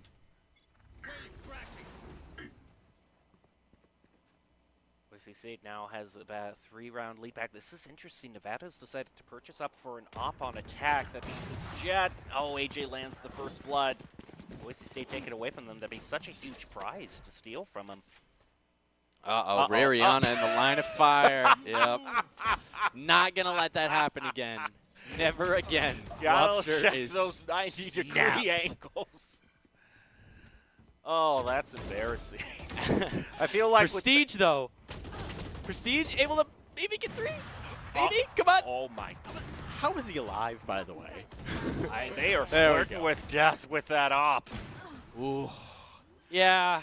I feel like Boise State just lost all the cred that they got from the last See, round with what we saw this round. You had the strategy, and it worked for a couple of rounds, but you forgot one small thing, and that is the fact that humans learn to adapt and evolve to the circumstances that they are given. I'm going to go like full-on internet horror right now, but you forgot the most important thing. Most important things. The person standing right next to you.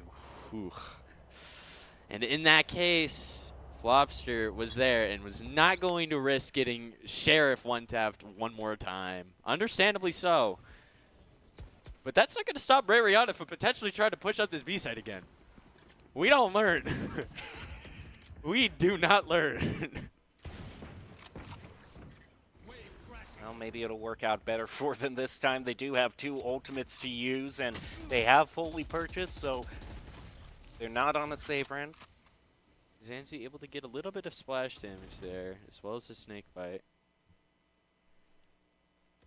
Turret's destroyed. And with the turret to pick up something going on mid, it's going to be all up to Prestige to try and get whatever pick he can. AJ, nice headshot onto Boise State. Wolfpack's really rallying in the latter part of the first half. They'll make a rotation on toward B, and the best part is that first blood. Blobster once again getting that off. Yeah. Peeking every angle except the one that needs to be peeked. Unbelievable. Nice pick by Skeletons right as the wall goes up. The chip damage being taken off of the dart. And Skeletons lands another wall bang. Skeletons, the spraying demon, No able sight, to get no problem. Yeah, absolutely. A little bit of a fake. Oh, This Reckoning is just going to completely clear out the round for everyone else. For a split second, when he looked right toward yellow, I thought we were going to be seeing the same thing. Yep. All the angles except the one you choose, but he very quickly readjusted. Nice flick back over, and Boise State gets another Thrifty. This has become the game of thrifties here. I believe it's been 3 so far. Yeah, shout out absolutely to Skeletons for able to get 2 just random spray shots, just two random picks off. Don't see it every day, but it always feels a little bit lucky, you know. There it is. Now we just have 1 round left in the first half. We'll end 7-5 or 8-4. Boise State has their precious op back in their hands. Samu having to rely on the Blade Storm to get him through this round. Throws everything out and it's just a 1-for-1 trade.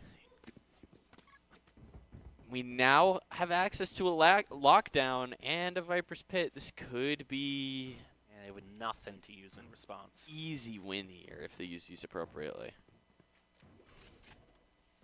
Alarm bot down. Here. With the drone, a couple smokes to go up. Wolfpack is going to try and take this territory. Oh, no. Runs right into the swarm grenade. Takes even more damage from it. I think that was a full 100 there. Spike successfully planted, but right in the shoulder. Axel takes it. It's taken out. Oh, no, it happened again. The one you check. Oh. Nice. They got, there we go. Yep. Got Double the tap. detain Double on tap. 1. There's 2 left from the Wolfpack. AJ going to go the scenic route. Able to get the pick on Daimyo, but Prestige will be there. And it's all up to Zanzi in a 1v1 situation. Going to get the smoke off. It's already lit half, and that's going to be fake. enough. Pros do not fake. He gets it. In a situation like that, it all just comes down to where the spike was planted, and in that case, it was just too deep into that corner that Zanzi couldn't do anything about it except for hope that maybe Master's low and that Molly will take him out, but nay. 100 HP and 50 shield is not quite low enough. And as we enter this next half, I just want to recognize for a second the mirror matchup that we've had so far. And I'm going to say it. AJ's putting in a lot of work here. He's been kind of going, He's been going a little crazy thus far. Scary with that Ghost. It's especially scary with the Classic. I'm very glad we haven't seen a Classic again from him thus far, because he has consistently gotten 1 to 2 Ks with that gun? Are you kidding me? Yeah, against full-on rifles. Boise State starting with an opening push toward B, throwing out a whole bunch of walls. Harbor and Viper for good measure. Throw out the orb. EK's onto them, and they just managed to get it. Ooh, down to 5 health. Cove is going to be a bit of a lifesaver there. Cascade keeping the bay well placed, and it's answered by another Cascade. In and out around yellow. Could have a chance here, but he needs to pick one up. Oh, got the view. He was trying the right click there. See, that's what went wrong. Yeah. Might have been a situation. And it's all down to AJ. Was that Master? Oh! Master! So clean! Split second. What was How that? did you... That was mean. Again, please. Production. Now. Thank you. Bring that back. What even happened here?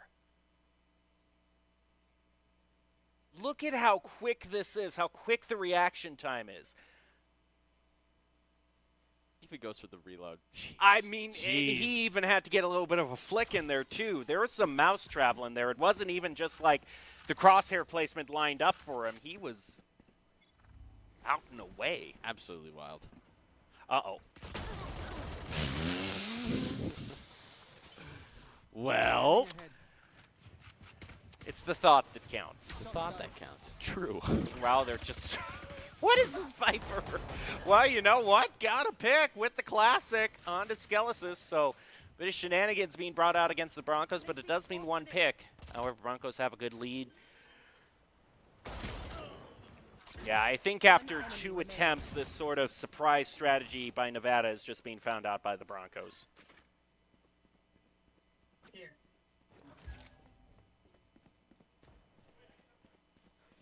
Also, I just want to take a second to recognize no raise this game. Finally. I've been waiting for this moment. All right, there we go. Of course they're going to go for the knife. Of course they are. Of course.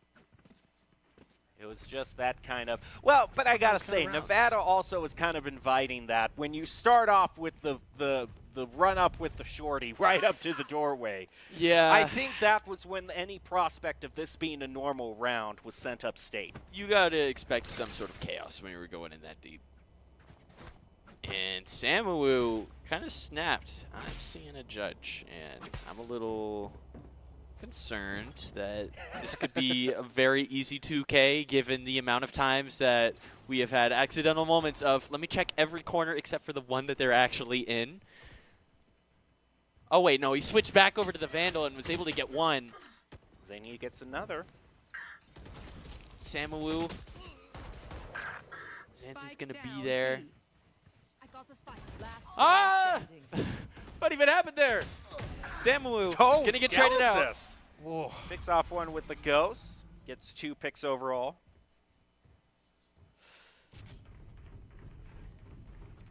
Quite around there. Samu, I did it before. I don't know if it's going to happen again. Hovering over this judge. Will we actually lock in this time with it? I don't know. There's enough credits for someone to buy the rifle for him, so it'd just be a bait. I think he's sticking with it. Oh, and he's with that, going. He's going for it. If they decide to push that B site, it might be a very, very sore decision. I do notice that Rayon is just holding out in spawn, though, waiting for something.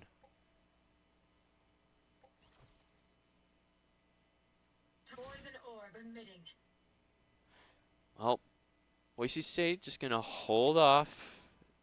Don't push in too quickly. Going to get detected by the Owl drone. Send out a drone of your own. That's the drone counter right there. Oh, you think you got info on me? Watch this. Oh, does the exact same thing.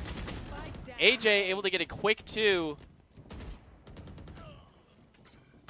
And Rairiana and Skelesis are going to be there to try and even out the game, 3v3. And with a couple KJ mollies, it's going to be a little difficult to retake this. Rairiana in and out with the sideline. Lobster, though, hanging too far back on the catwalk. Surely They now Rairiana drop doesn't. down. That's going to be out of sight from Rairiana. Surely there's not a lineup for this. They go for a small tap to try to bait out some peaks.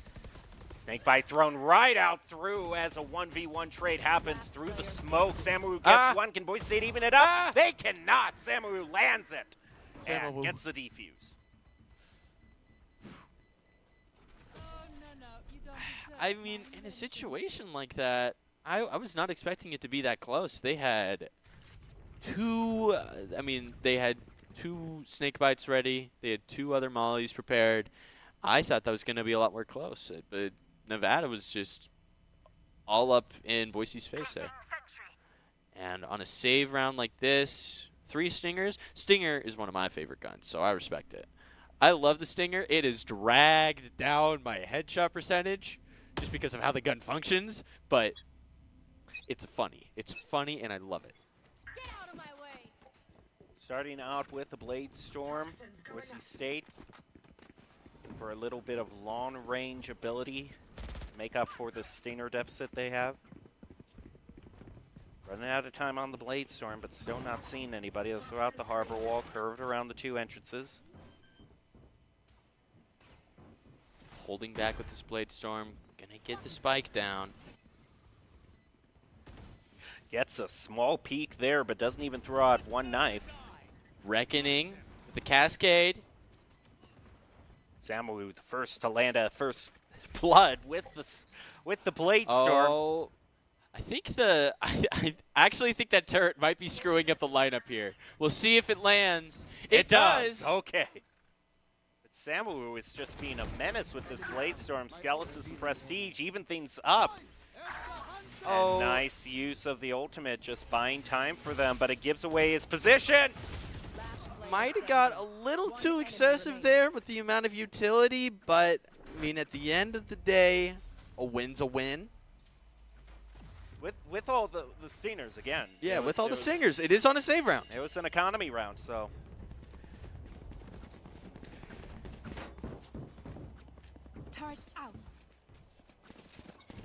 Full buy from just about everyone except for Rairiana. I'm expecting maybe a little bit of a mid hold there. Oh, no.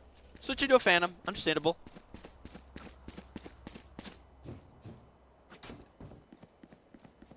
Boise prepared to push this A site. And with the starter lineup there, with both a Shock Dart and a Snake Bite, doesn't quite find anything, though. How do you miss that jump? How do you miss that jump? Easiest jump in the book. Oh, just kidding. With the lockdown, Samu's got to try and push this. But that position is just going to be... It's just not going to work for Nevada, so they're going to have to be forced to retake this entire site. Cove going down. And with the spike down, another Cascade to hold off that CT. Might have a really big position here. Oh, Skelesis. As soon as the wall drops. Lobster all the way up on those stairs. It's a little bit hit by the Shock Dart. Don't tell me. Don't tell me. All right. I'll be perfectly hard honest read. with you. For a moment, I thought you didn't say lobster. I thought you said lobster. Lobster. And I was like, where's the lobster? There's a lobster at the backside of the plant. It's funny you say that. It's funny you say that because Breeze specifically made a change. So now the pyramids, one of them does have a lobster on it. I know. So you were playing with my emotions. I literally had to stop and think about what I was hearing. But Boise State, the most important thing, they're up to match point. They're forcing Nevada onto an economy round. One of them having to pull out the Bucky. Now, we've seen Boise State go to town with the Bucky, but wondering how the Wolfpack fares. Well, Viper's Pit is going to go down on A. With this Bucky ready, it looks like it's probably going to have to be a They're not. They are not going to take Let's that bait. not. That is Let's not do that. Just walk into Uh-oh, the AJ. Ooh, scary. Going to continue creeping up. Master's going to be there to save Ariana. There is still some threats being left Uh-oh. down. This KJ has the opportunity, but they're able to land the shot. Master is just saving Great everyone. works out. I think he was aiming for the neck there, but one went up into the head, so that's good as well. And as the center sphere is used as a desperate last attempt, Damio making this even more of a sure thing. Spike down, 2 left to take. Right around. Interesting little interaction there. They know that one's up in Hall. All you need to do is just sit in that corner, and that's a free pick. There you go. So it's all up to Samu here, and just like that, that is going to be a map 1, 13-6. Ooh. All things considered, not the biggest of sweeps, but still overall, not too many times where the Broncos looked like they were tripped up. Well, that one knife round, you know. Yeah, I understand, but I was hoping that you would just move along and not call attention to it. I don't move past those things too quickly. Yeah, that's fair. You know, it's the microcosms that create the macrocosms, you know? And I think in a situation like that, there are underlying problems, you know, that kind of illustrate, I'm not talking anymore. I'm eating. You got this. Oh, wait, you're going to leave me out on here? You're going to leave me out to dry here? Yeah, see, he is. He's just leaving me. So now I can't take a bite of what I was given here because Dallin is over here. He's going to take another bite really very good, by the way. strategically timed really as good. well.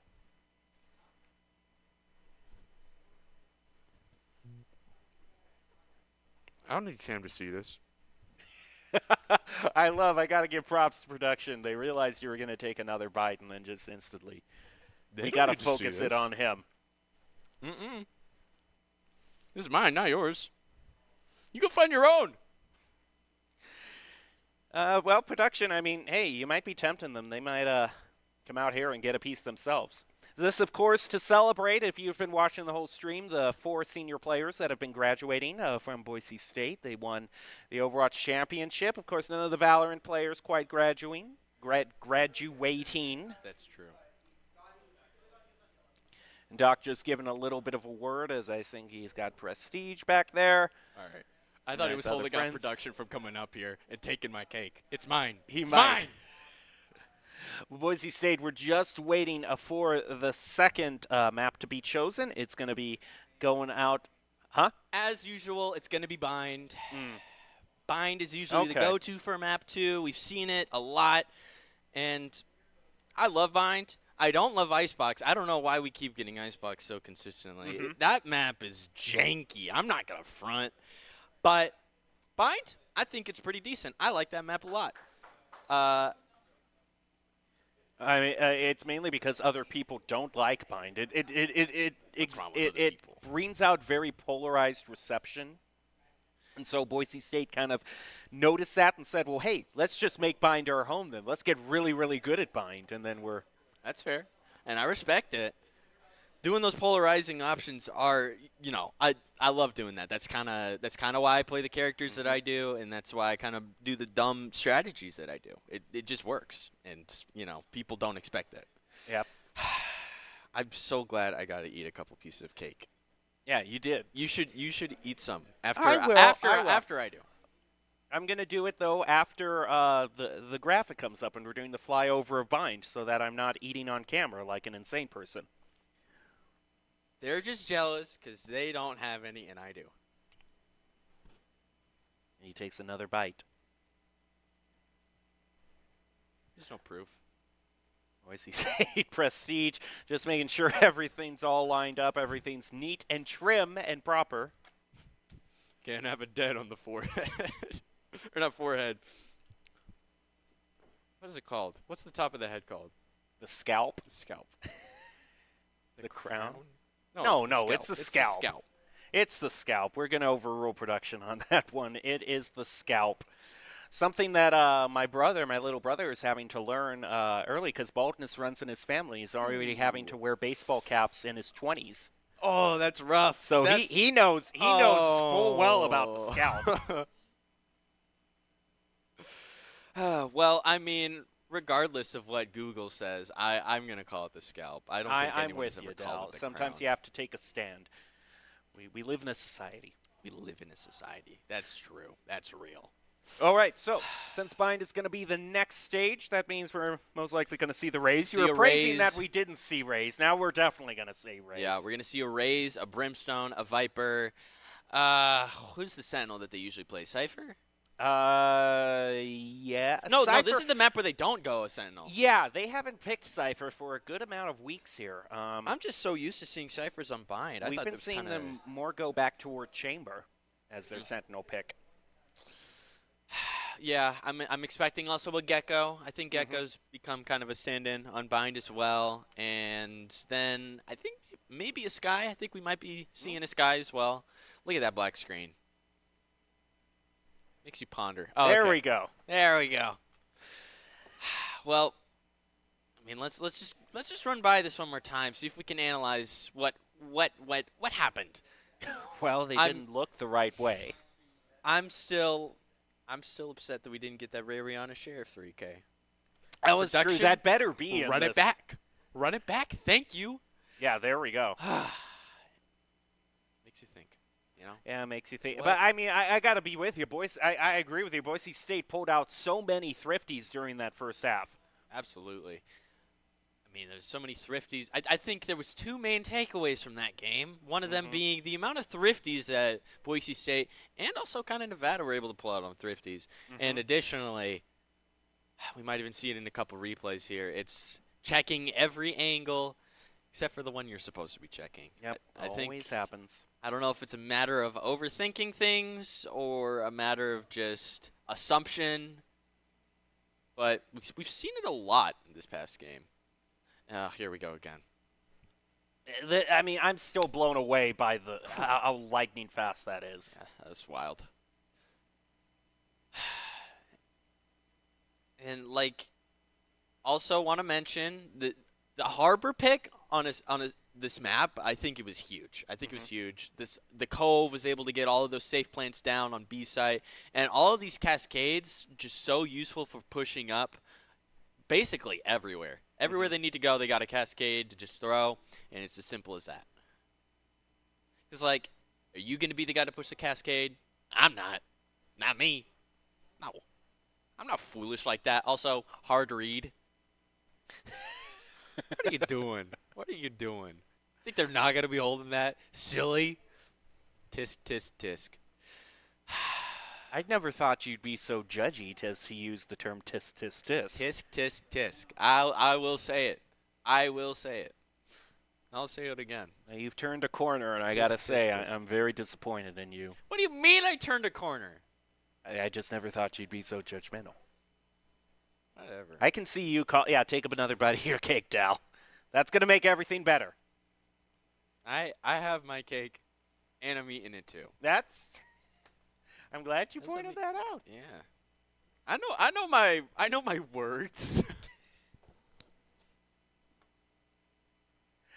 You always got to love these prolonged breaks in between Valorant matches when true professional really test banter your comes sanity. out. I know. Yeah.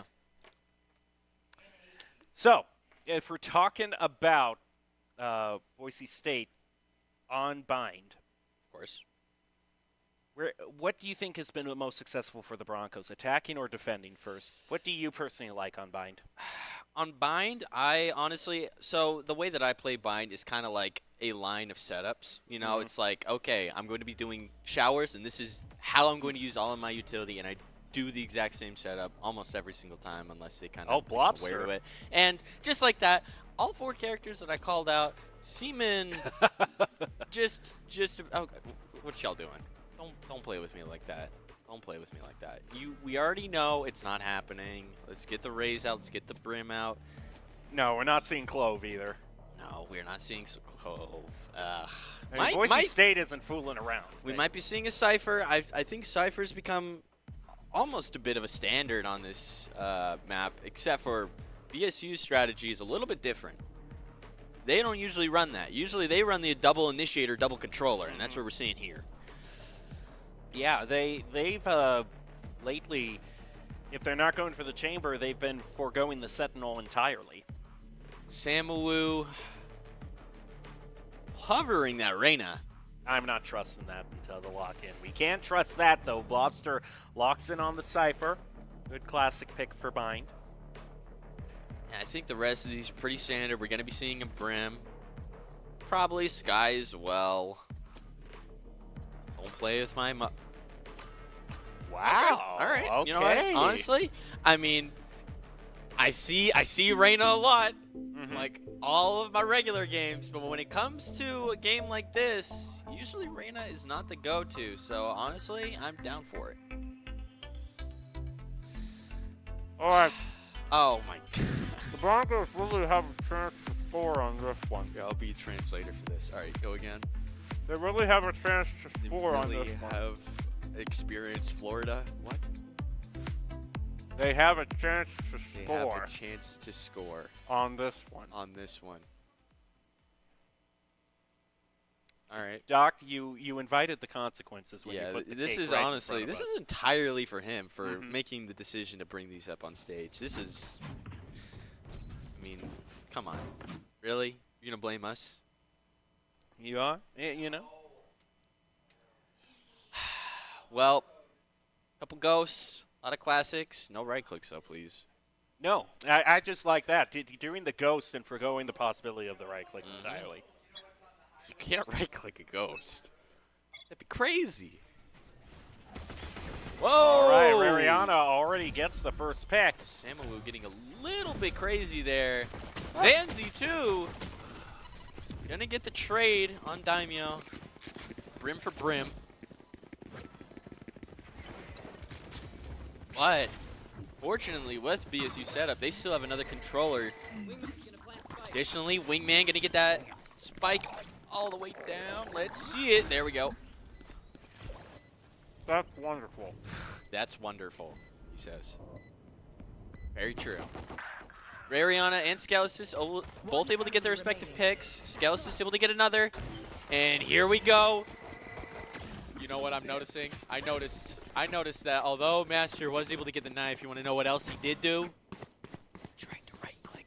And you want to know how many shots in he got? He was testing his luck. 0. He was testing karma itself. Didn't pay for it right now. Well, on a bit of a buy-up, I am seeing Master with the judge. Could be interesting.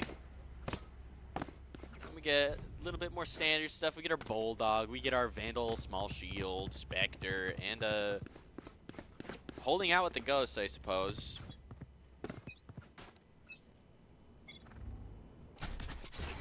Wow, you ate the entire cake. How do you feel? Not as good as the Broncos did after they won that first round. Not a single word was able to be registered by me. Well, regardless, spike down, and just like that, we're basically just holding both players at spawn. AJ able to get the trade off. And I don't think he'd be going to save this Sheriff. Go, Wingman. Die, Wingman.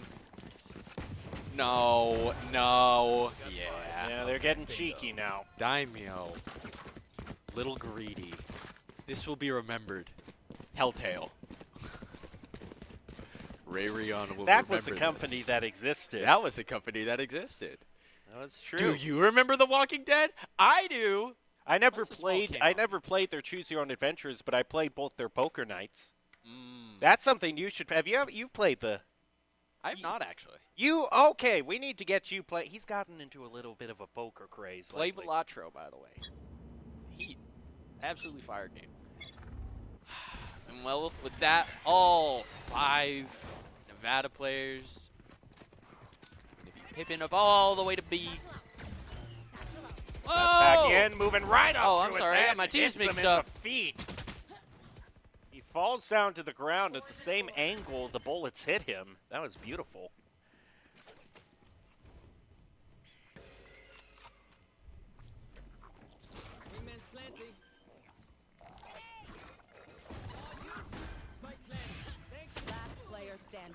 Just one left now for the Broncos. Rariana trying to hold this on crosshair placement, but is eliminated by Samawu. The Broncos go up 2.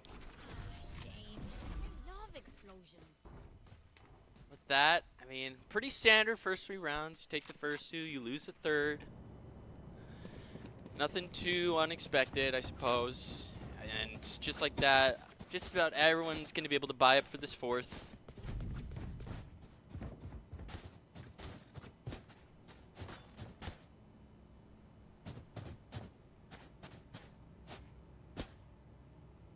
I do notice we do have 1 Thrash. Could be a bit of a game changer.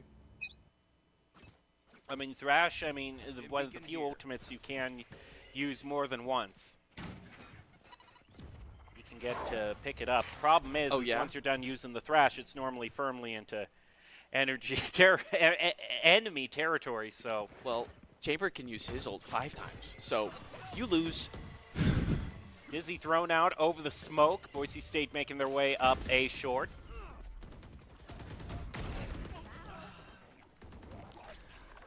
Still have access to a Thrash.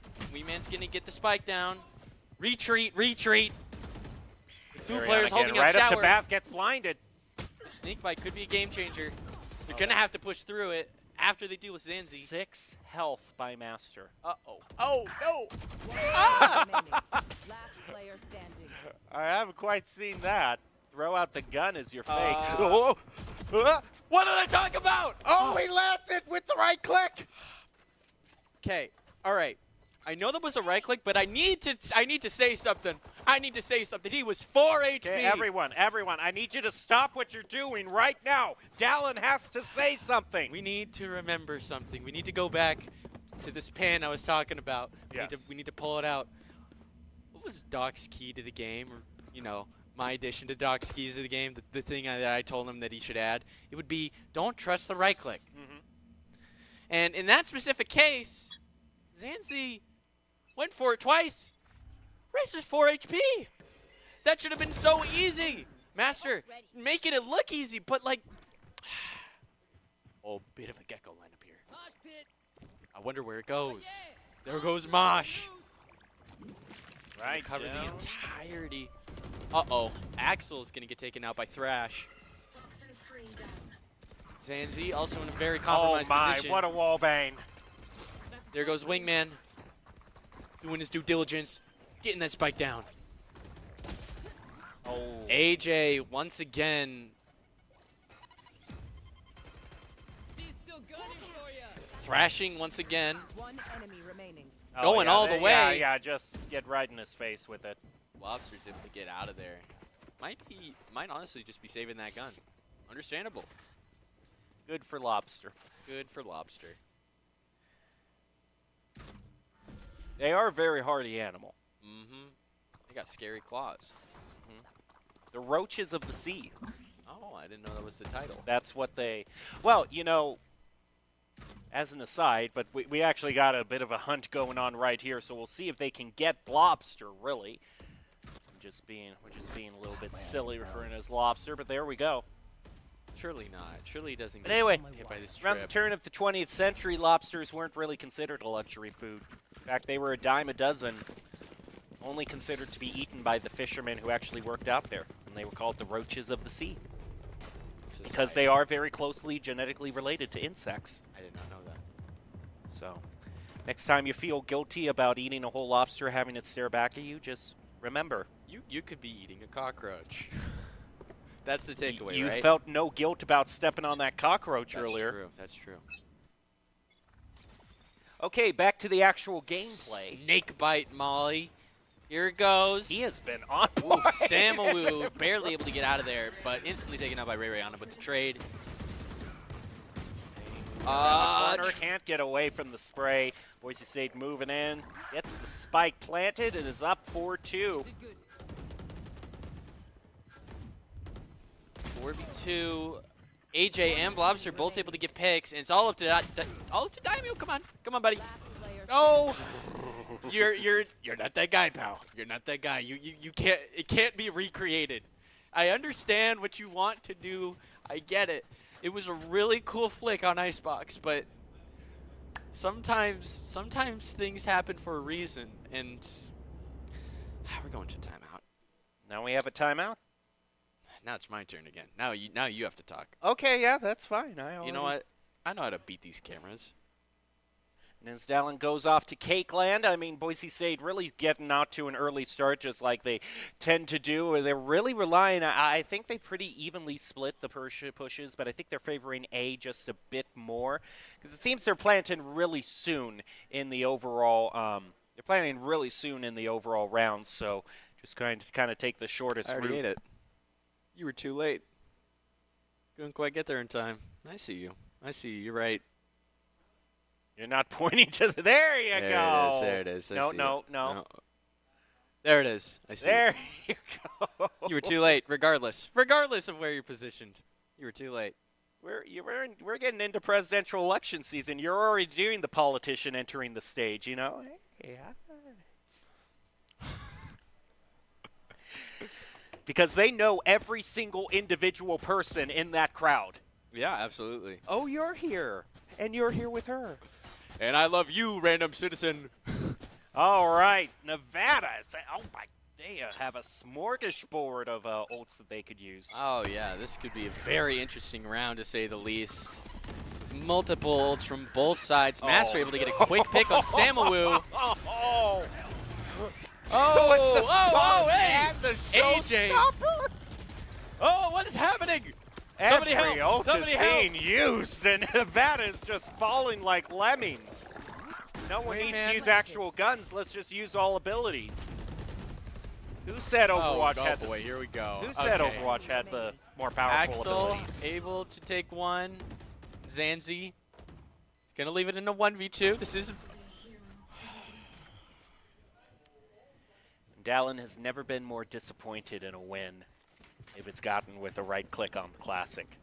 This is stupid. I'm done. Cake time. All right, Boise State spent a whole... I mean, they got 2 ultimates peeled away from Nevada, but one of them, you do have to consider that it is that neural theft, and there's just always a dilemma of trying to find the right time to use that. You know, always... I do see a lobster with a bucket. Well, I don't know. Could be interesting. Boise State has really shown that they're the ones who kind of like that strategy. So, hey, that's cool. All the way from near A side to land that. That's pretty neat. Thrown out. Unfortunate bounce off the post. Gonna have to reset that. All players gonna go through the TP one by one. There they go.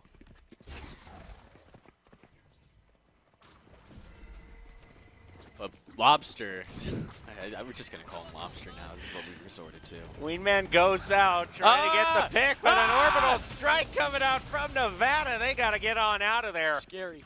Boise State, I mean, they've got the heal. They're fine.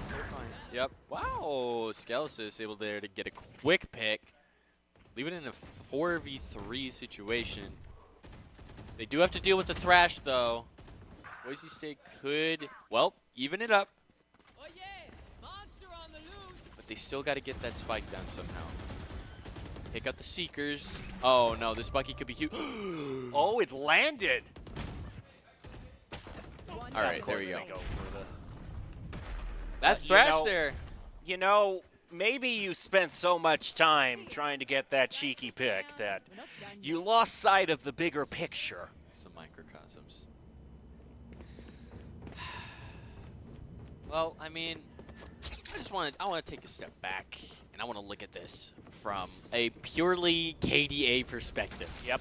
And wow, let me tell you, Boise State going crazy.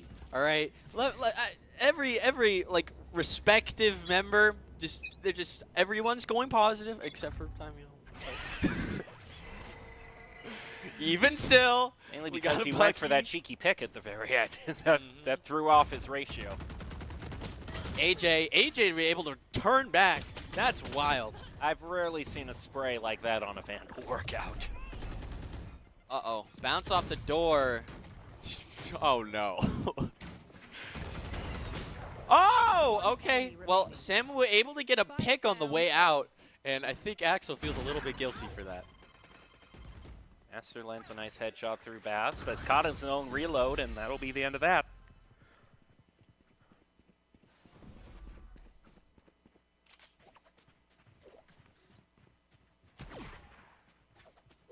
Well, let me put it like this. These Buckies, not been working. I don't think we've seen a clean Bucky hit this entire game. I think we got to drop it. We got to go back to what we know. Bucky no bueno. Bucky no bueno. Let's go back to Stinger, you know? Stinger is convenient. It is nice. And while I love the Bucky, it's clearly just not working out this round. And unless you're going to be holding down in U-Haul or Hookah, it ain't going that way. It ain't going like that way. Samu gets first blood on Prestige. That's Boise State is getting caught in so many of their reloads. You ever just see one of those moments where you're just like, I know exactly what's going to happen, but I can't do anything to stop it? It's so sad. Well, I mean, it's down to 1 5 HP Daimyo. Let's see if he's able to get something out of this. Reverse sweep with 5 HP. This would be the most legendary round of all time. Normal day at the office. Walking down the street. Let me move around Oh here. dear. Uh-oh. Well, get him next time. Get him next time. Right, guys? You get him next time. It's okay. 4v6 now. I've seen worse situations to be in. Not great, not terrible. But AJ is really starting to pull ahead here. AJ and Master, it's just this raise pick has clearly been working out for both players. And with everyone able to full by this round, a bit of a combat stim, couple guiding lights trying to push this B long. Trailblazer trying to push that left side. They know Samu is there. Let's see if this gets him. Instantly TV's out. I love it. There isn't even like an animation for it. It's just boop, gone. Old Orb picked up by Boise State brings the showstopper online for them. Damien just waiting for something, anything. Nothing's gonna be there. You can stop holding. Please. Everyone's gonna be slowly working their way up Hookah. Well, Nevada's still very, pretty stretched out there. 3 still on A, 2 on B. This could be. Wait. Oh my goodness! Look at that! Oh no, he's just gonna sit there and take it. You're gonna die. Oh, okay. He just decided to bite the bullet. Didn't want to give out his position because he knew if he was going to peek out around the corner. Yeah. By the snake boy. One enemy remaining. And that's a quick win by the Broncos. Now up 7-4. You see what happens when you start taking rounds seriously. I really thought that Cypher was going to go down there. I'm not going to lie. Is the past tense of bite bited? Bit. Guys, I might be stupid.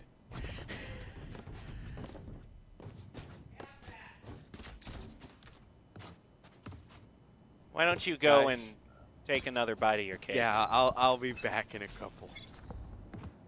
For those of you just wondering, Dallin just bitted his cake. Shut up.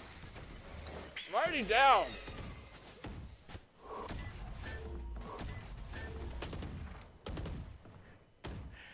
Meanwhile, we're seeing a bit of a... No! No! Dallin's been handed another piece of cake. This is upsetting. I couldn't even down one. Are you kidding me? I have been left in a very precarious situation. Well, regardless of what that may be. Whoa! Oh!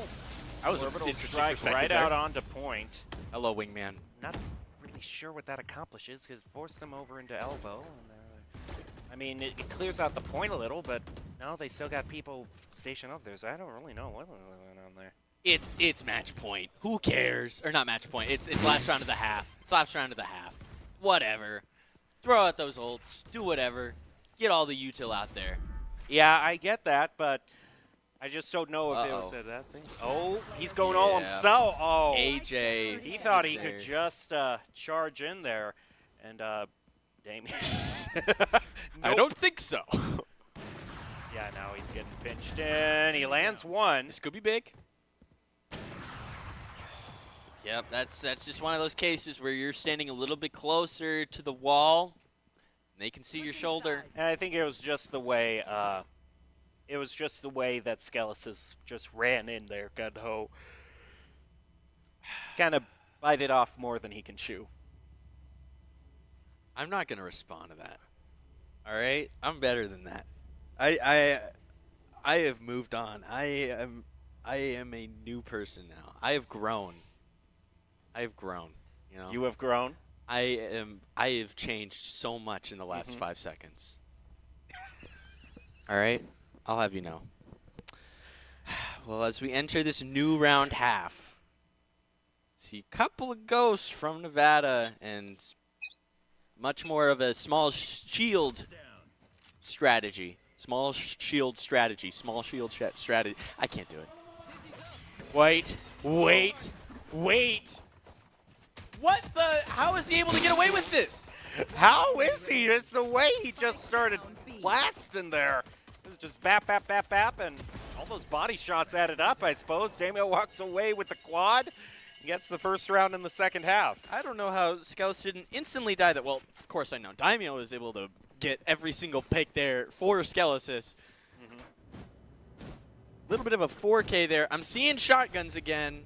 Yep. Might be a bit worried if they aren't using them properly, but yeah, switch off the shotguns. I see you. Gonna be going Guardians, Inspectors, and such. And Samu gonna be bold. Gonna be the one guy to buy up here. Launching smoke. Could be a game changer.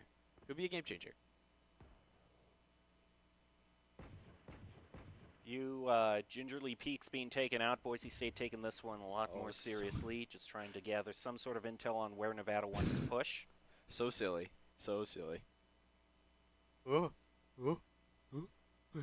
Nothing.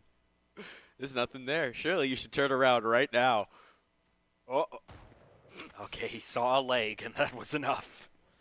Samu, the one who bought up, might be able to start turning the tide here. He gets blinded, has to move back. State, they attempt to double peek. They get a whole bunch of damage, and they're able to get one. And they get the pinch with Skelesis as well. Very nicely coordinated. Now just one left for Nevada. And he's down. Boise State up 9-5. Well, what may have been a rounds-changing investment is now going to leave Samu in debt. And it's going to be, yeah, timeout starting. Guys, I need you to understand the situation I'm in here.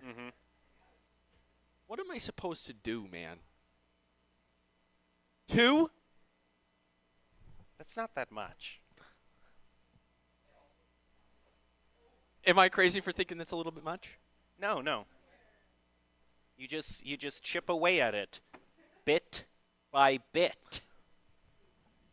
That's not even the same. Bit, you're using bit as a noun in that case, all right? I was thinking of it as a verb, all right? And clearly some brain function elucidated me there in that moment, but I'm back. I'm a changed person, all right? You see, that's called a homophone, Dallin. That's someone who studies. That's something that someone who studies. I just used the word elucidated. You should be proud. You do realize you just used the wrong definition of it. No, I didn't. I used it right. Is it? I thought it was. I used it the opposite way. Help me here. Let me use it for you. Help me here, Dallin. Help elucidate these strange and unknowable desires. I thought elucidate was like to hide. All right, I'm not gonna lie. To hide? Oh yeah, I love playing. That was my favorite game as a 4-year-old. Elucidate and go seek. You're just attacking the guy who's down. You're just. I am already down several pegs here, and you just keep going. You keep beating this dead horse. Hey, it's 10:20 p.m. on a Friday night, and I'm spending my time arguing over the definition of bid and elucidate. I'm having a great time. Able to turn this into a 2v1. Really good snake by here. They've been on this point for the lobster. Broncos. Now just crosshair placement, waiting for the peek. Nice jiggle peek by Nevada. Baits out a shot. Oh! Yeah, takes that one without too much clear info and pays the price. All right, Boise State hanging on to, holding on to an orbital strike, and that's really the only thing that's going to be a factor old-wise for this match. We're seeing the first Bucky now brought out by Master. Is it gonna stay though? We've seen a couple Buckies in the past, as in I bought them, but then I switched back to a Vandal at the last second. I think this might be a little bit of a commitment, but if you are gonna stick this Bucky, all right, you are staying that U-Haul. You better stay there. You just sit there and wait. Trailblazer is gonna spot that raise out. Oh no, 8 HP! Ah! Well, it didn't work. Where do we go from here? Answer, we keep losing picks. We go down. You just keep running the Bucky until it works. All right, early plant by Nevada, 2 left from Boise State, and already Skelis is taking some shots in the back in Bath. Does he take a peek out? He doesn't have too much util. All he's got is 1 Dizzy. And a whole bunch of hopes. And the question is, does he even try to take this, or is he gonna? Yeah, they're gonna play it safe and go for the save. This wingman is not gonna do too much in this situation. I think this is a I'm going to hold for the exit picks type of situation. An incendiary. You might be able to get something as soon as the spike goes off, but okay. I thought that was just gonna. Play it cool. Let it go down. Gecko might be... Nope, gets picked off by AJ. Proving to be a brute force here for the Wolfpack. And this is... Man, to get deadly serious here, I am not liking what I'm seeing here. This is a very awkward stretch by, and the Broncos are just letting this start to snowball into more and more of a credit problem. I mean, last round was forgivable given they won the first 2 rounds, but something like that, I understand you want to save the guns, and I guess Skelis just got a little bit zealous. I mean, I should say that 1 rifle, now that I think about it, was the one that they saved, so none of them are purchasing up too much. So this probably is actually a save round before they go in for the full buy. Trailblazer meets Trailblazer. Run right past each other.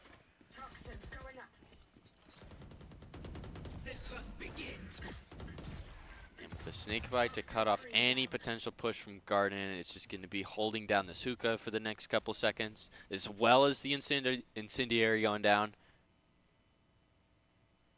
This might be enough to even push Nevada. Well, off a pick like that, they might continue pushing.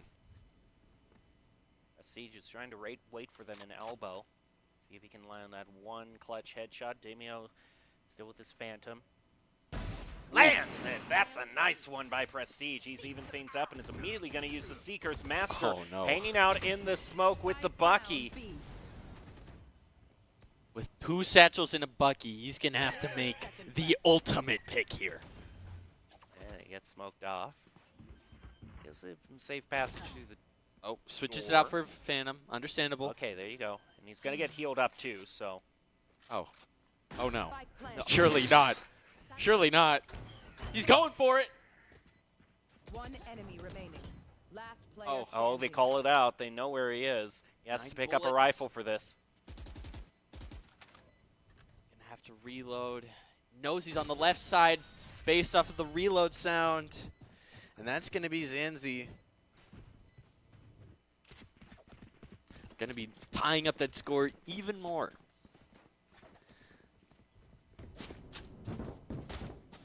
I mean, we were talking about adaptation a little bit not too long ago. And I think this is a situation where Nevada's kind of figured out a lot of Boise State's tricks. Yep. And are just kind of slowly picking them apart. Although that was a save round, so that was a pretty good run. That's true. That is very true. So I think this next one is going to be the tell-all.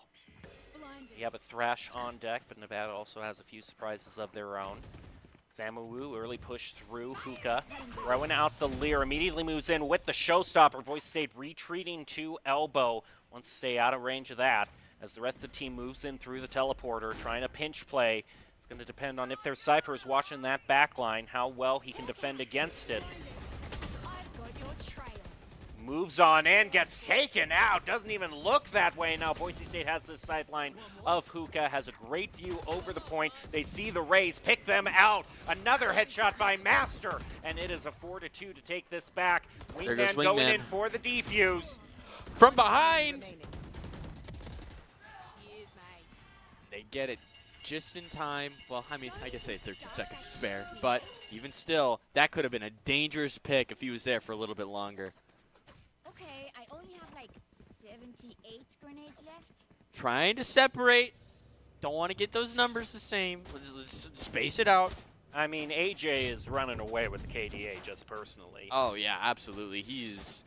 For someone who was going Harbor on Icebox, I can understand why they wanted him to go Raze here. I think that was a very understandable switch.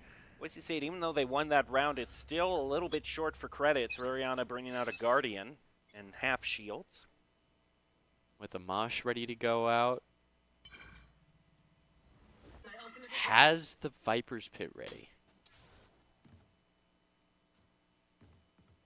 Boise State has brought on some pretty powerful ultimates of their own. Showstopper and Viper's Pit available.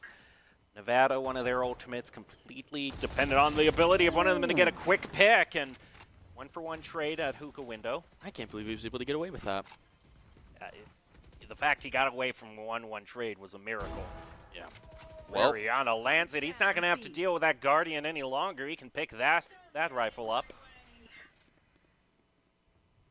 With the free spike long, this is... Yeah, he can just watch over that, force them to come into the... Well, I mean, we might get something here from Samu. Given enough time, and we do have 40 seconds here, this could even up the numbers here. Sees the gun, turns into a 2v3. 30 seconds left. But they have to push this pit. They don't have any other choice. Ooh. Orbital strike to clear it out. I like that. Hold. Okay. The incendiary to counter this. And they're all going to run around. The Viper's Pit is gone. And with that, they're going to take the spike and run back to B. Damien fires through the smoke and lands it. It's going to be all up to Zanzi, and they are already there.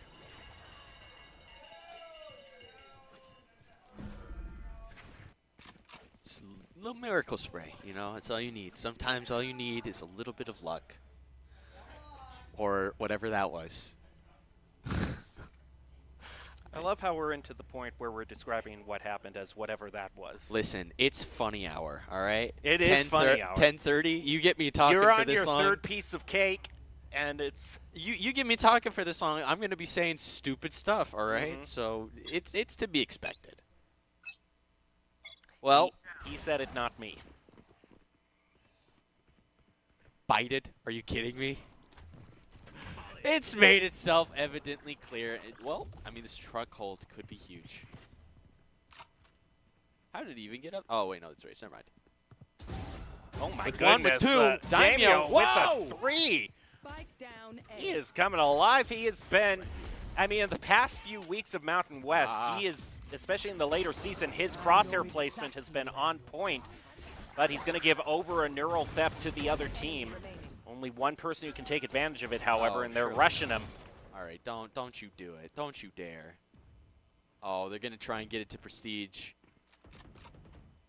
Well, I mean, he's hiding on that box. They're going to have to jump on the box to try and get to... Oh, okay. Hiding in that corner. Ooh, that smoke wall. Wait. What effect was that from the back? Okay, they're just going to switch guns. What visual effect was that? It looked like AJ was wearing a sweater. I don't know. Match point. And just like that, we are on match point. And once Damio again. has tied up AJ. He could actually yeah. walk away with the overall lead in KDA for this round, for this game.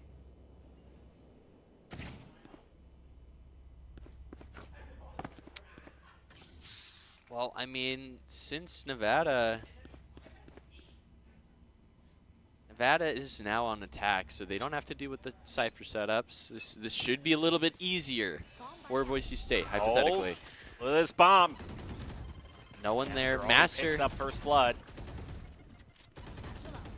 Out of the corner, throws out the blast pack, throws out another one Ooh, to stop Skeleton, them what? and just like that, they get it. Wow, nice job, Broncos. That'll do it, and they have won the Mountain West Championship for Valorant. Wow. Mm-hmm. Just like that. Just like that, 2-1. I was very proud to share this moment with you, Dal. Thanks. And also, it was a 2-0, so I'm smart now. You are. You can count to 2. That's a huge landmark. And you couldn't count to 1, or you did count to 1 when you should have only counted to 0. Think about that.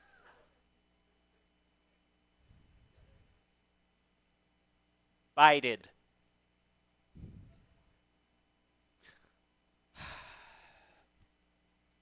This makes me look like a glutton, man. I'm not even, like, really? Glutton for punishment if you're going to keep on using grammar like that. Meanwhile, the Broncos are walking away the Mountain West champions. Congratulations to them. We will end tonight because I think it's well past due we end tonight's shenanigans. Dallin can have his cake, and you can enjoy the top 5 plays of the game brought to you by the Idaho Army National Guard, inviting you to take your impressive critical thinking skills into real time. They offer a multitude of jobs, which offer a $20,000 bonus and your degree of choice paid for. You can live here, work here, and serve here. If you go with the Idaho Army National Guard, reach out to them on Instagram at iGuardIdaho. That'll do it for us tonight. Enjoy your top 5 plays. Up here. Sees 3 there. Just going to get back up as much as possible. Don't let him push through this Viper Wall. If that, Viper Wall is going to go down. This is the moment. Nevada's got creeping up as far as possible with the Sheriff. Goes up. The chip damage being taken off of the dart. And Skelis lands another wall bang. Skelis is the spraying demon, No able sight. to get... In and out around yellow. Could have a chance here, but he's Oh. one. Got the view. He was trying the right click. Minded. The sneak bite could be a game changer. You're going to have to push through it after they do Zanzi. 6 health by Master. Uh-oh. Oh, no!